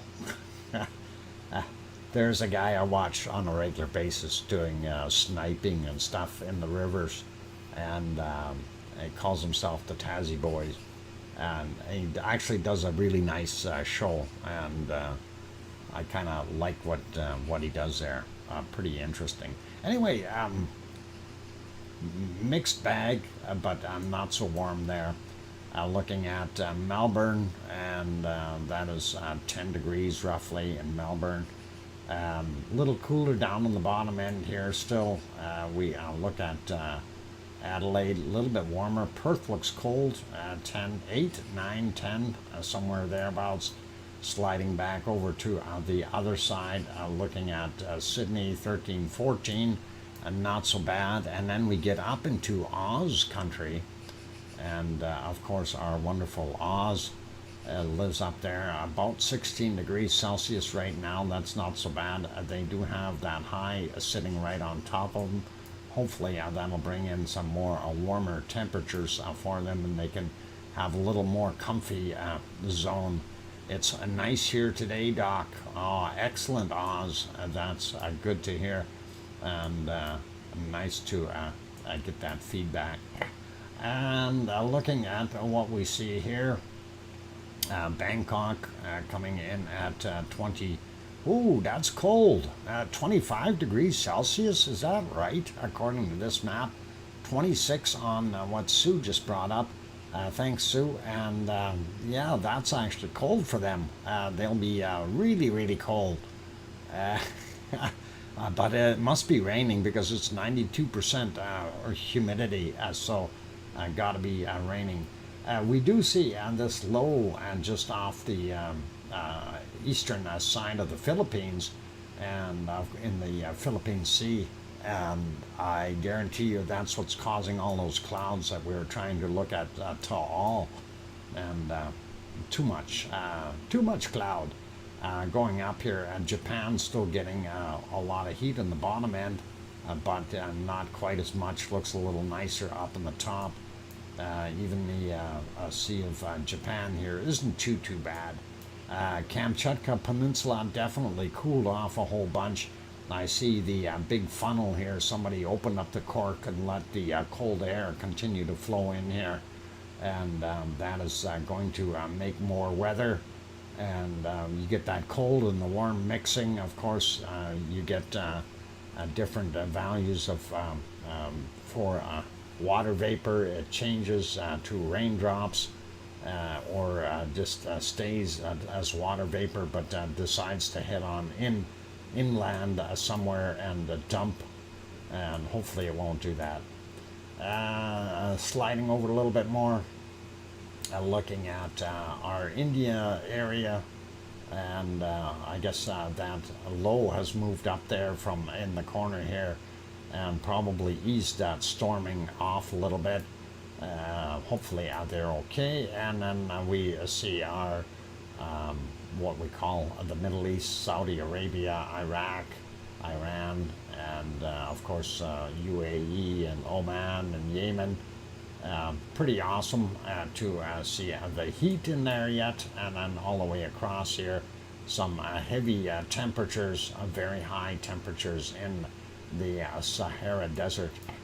Looking at what we've got here, and I'm thinking Piggy is probably not got quite as warm of a night tonight. 24 degrees Celsius, it says here. So, pardon me.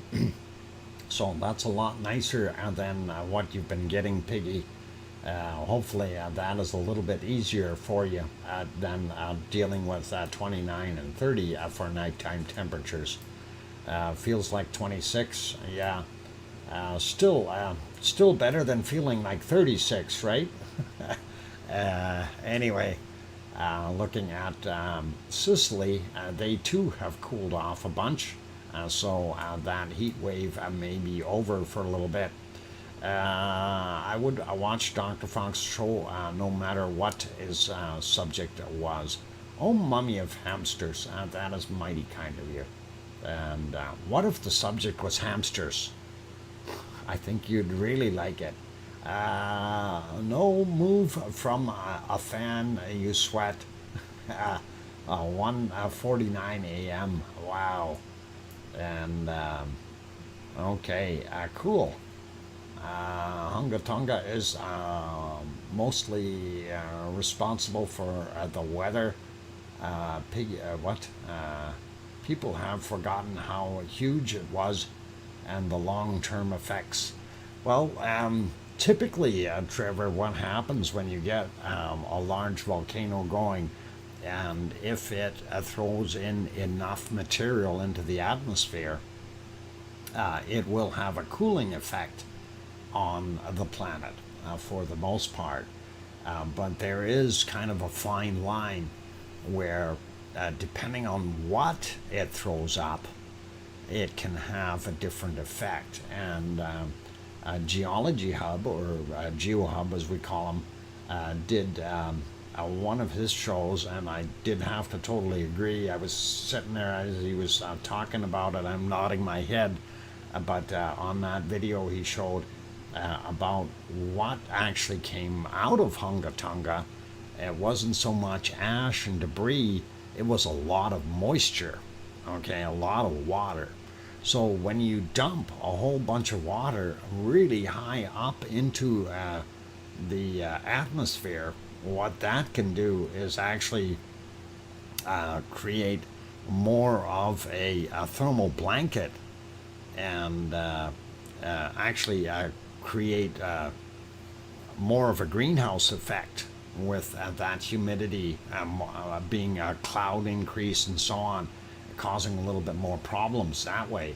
Anyway, let's carry on with this, seeing Spain, still very hot in Spain right now, and Portugal, not too bad, but still seeing quite a bit of heat in Spain.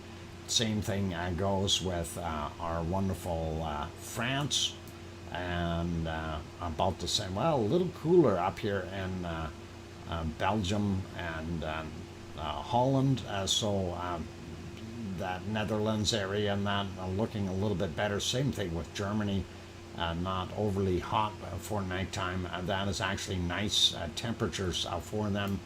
And then sliding over here into England, we do see majority of England is not bad.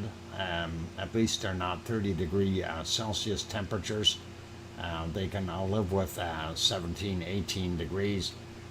Wales as well, about the same. And then we see our wonderful Irish Monkland, and they are getting 14, 15, 16 degrees. And Doolin, Ireland should be somewhere in here. And yeah, 16 degrees Celsius right now. I'm sure the Irish monks' goats will be happy. Looking at what we see here, not bad up in the, a little cool in the highlands here of Norway. And then all the way along the coast here, it looks like it's warming up. And we've got more warm weather up in the very top than we do down on the bottom end. Stockholm, though, still showing a very good heat, 18, 19, depending on where you are. And that is also up here into Finland, so lots of stuff. St. Petersburg even showing 18 degrees, which is pretty awesome for nighttime temperatures for them. Anyway, let's take a look at our wonderful Iceland, and warmer than yesterday, but still not the greatest. I mean, we could be warmer, but hey, this is pretty much normal for Iceland, and 9-10 degrees on the Reykjanes Peninsula. Usually between about 8 and 11, I guess, is kind of normal. The other areas a little bit on the cooler sides, and of course it's because that cold current coming down here, cooling things off a bunch. Down on the bottom, you've got warmer air pushing up against the country here and bouncing back down. So that is what we've got there. Wanted to actually start out with precipitation. We'll start here in Iceland and just have a look. Of course, now that our volcano has quit, we will have ample clear skies for a long time. Um, and I'm predicting right up to the next eruption. Will be clear no matter what. That is Murphy's Law. Okay. Anyway, looking at North America, we do see Alaska's got some stormy stuff going in it. Northern portions of Canada. Somebody has turned the refrigerator on. We see snowflakes up there. We see this storm here, kind of a front all the way across. Kind of weird, but it is going right through the Hudson's Bay, and not sure what all is going to happen with that. This, of course, Alberta, and there is where I am. We are supposed to see some more thunderstorms. I'm thinking this will lose its energy as the sun goes down, and we won't see so much of that sneaking through.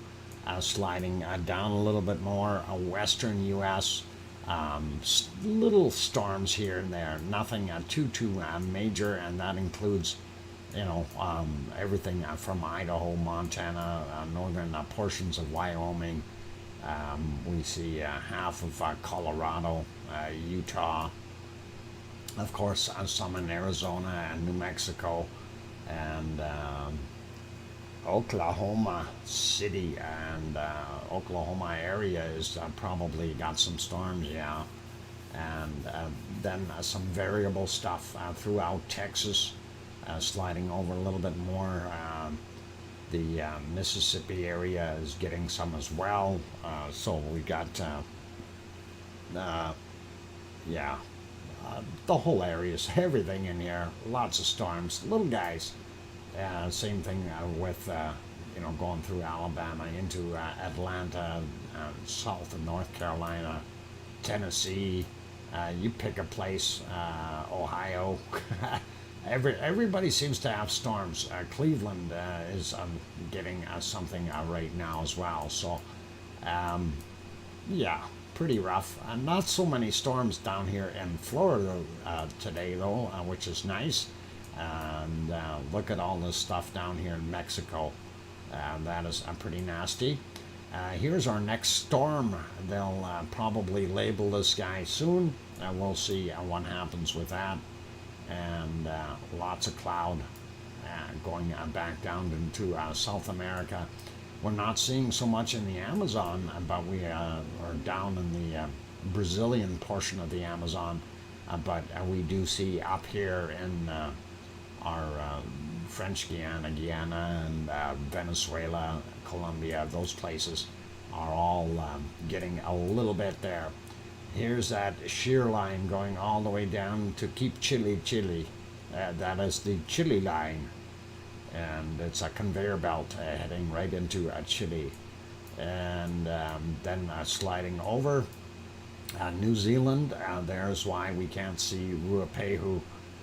It's this low that's sitting here making all these clouds, and they've got another storm front sitting out there, not good for them. And more storms out in the Pacific, out at Tonga area and those places, Samoa, and that kind of thing. There's why we see it so cold in Tasmania. They've got that shear wind going right across them, keeping everything cold and rainy and wet. That will likely move across the bottom end of Australia here a little bit as it gains strength. It looks big, and possibly some snow in the more southern latitudes. Looking at what we see here in the Malaysian, Indonesian, Papua New Guinea area, we see all the cloudy, stormy stuff. And looks like what I was saying about that spot here in the Philippine Sea, definitely. And it's cooking and growing big time. So that whole area is already full of storms. And then you get a much bigger one out here in the Philippine Sea. And sliding up. Doesn't look quite as bad for Japan, but we do have this ridge along here. That's going to be interesting to see what happens. Kamchatka, not too bad, but up here in Russia they are getting rain, and it's probably good that they're getting that rain. Keeps the forest fires down. Sliding down a little bit more, looking at there's that storm that we had sitting here.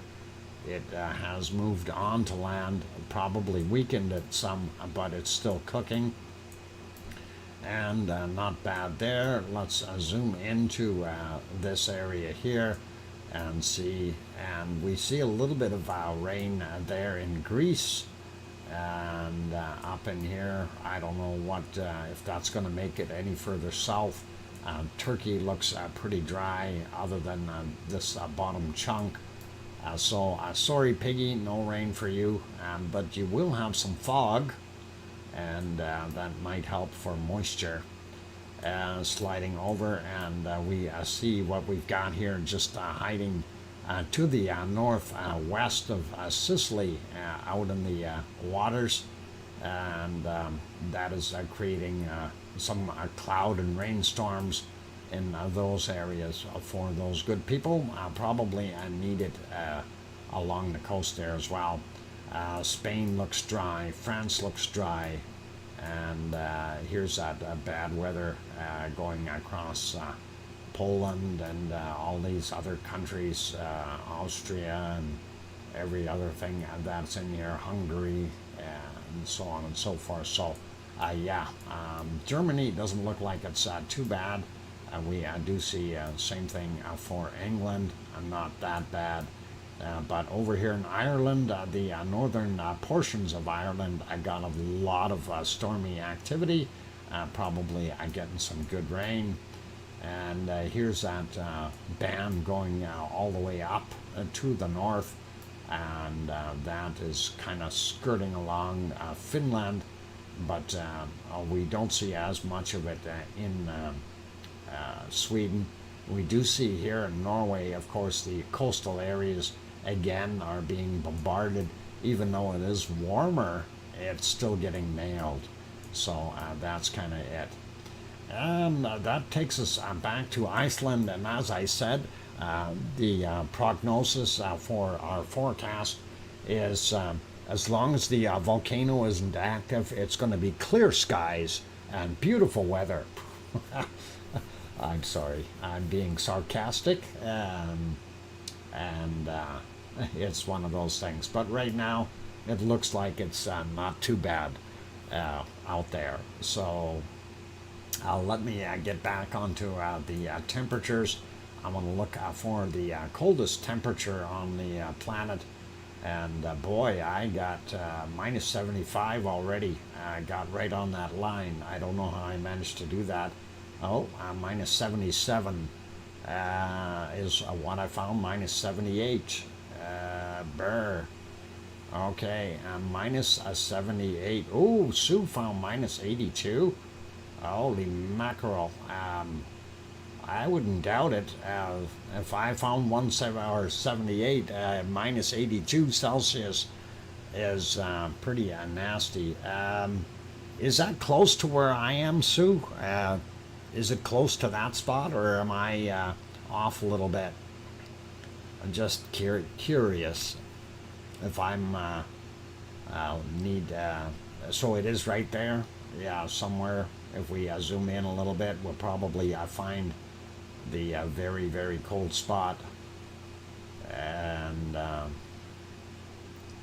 yeah, I'm sure it's around here somewhere.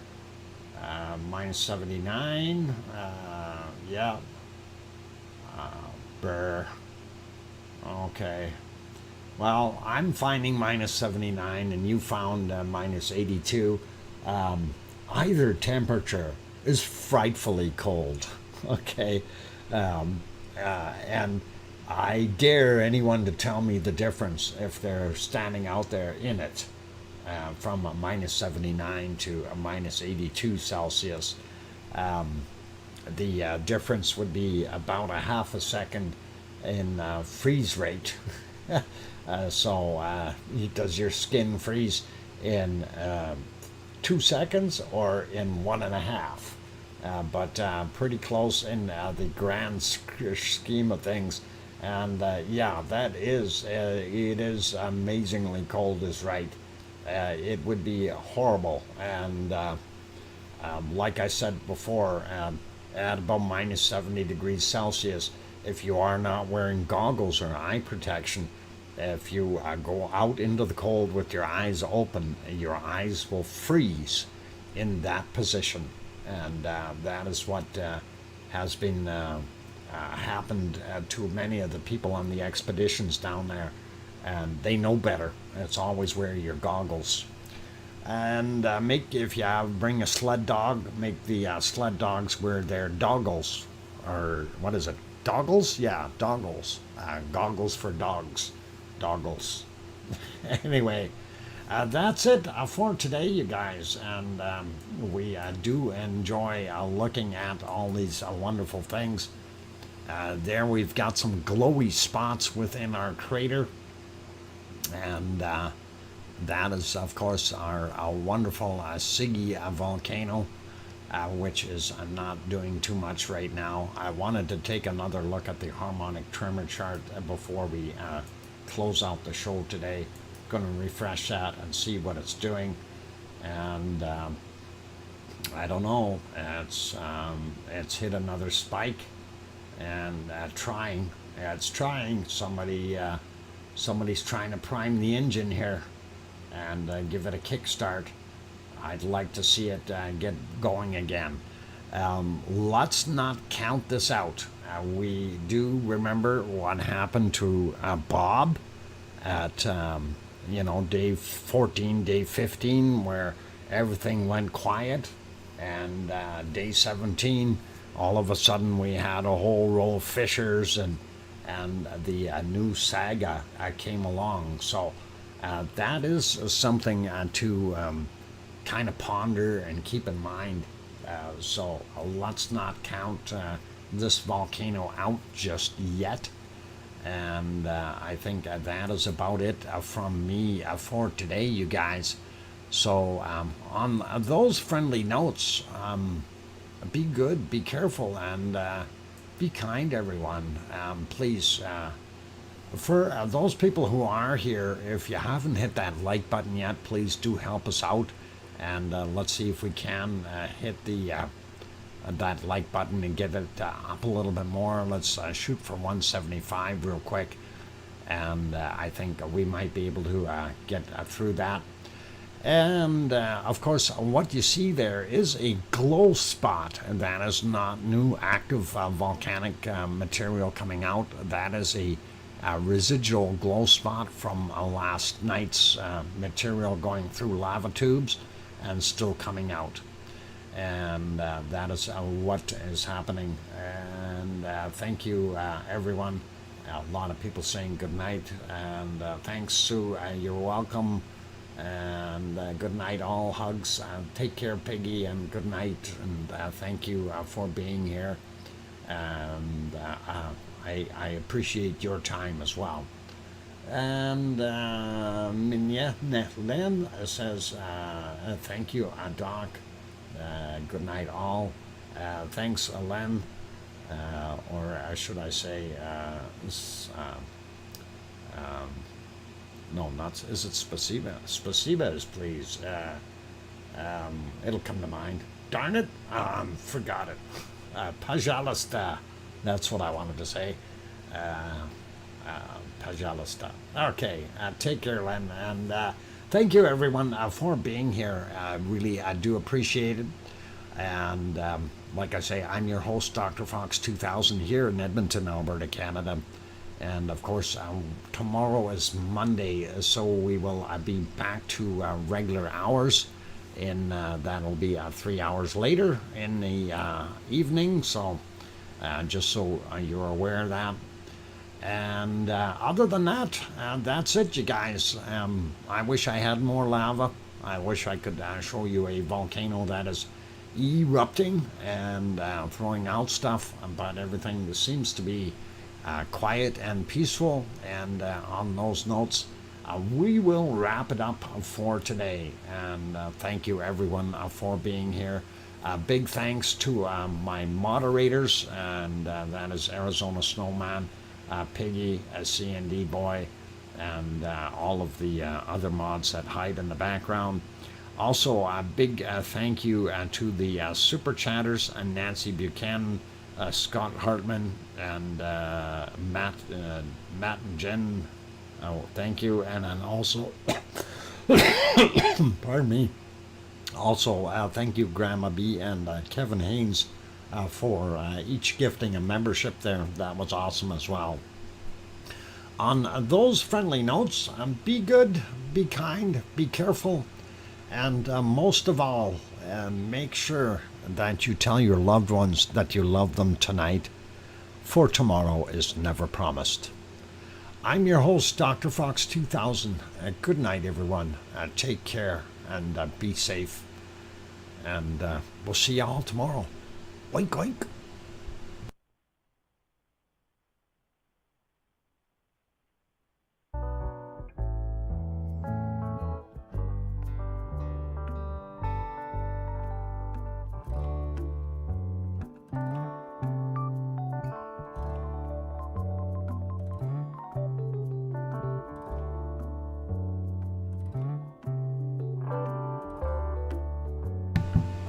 Okay, turn the microphone back on just for a second. And I do want to say, yeah, our thoughts go out, Oz, to that, and I'm not sure if I pronounced the name right. Is it Kaylee or Kelly? But all the best and condolences to the families there. That's always horrible when you find somebody that you love that is no longer there, especially if it's a young life. Just thought I'd throw that in there. All our thoughts go out to those people. Thanks, Oz. Good night, everyone.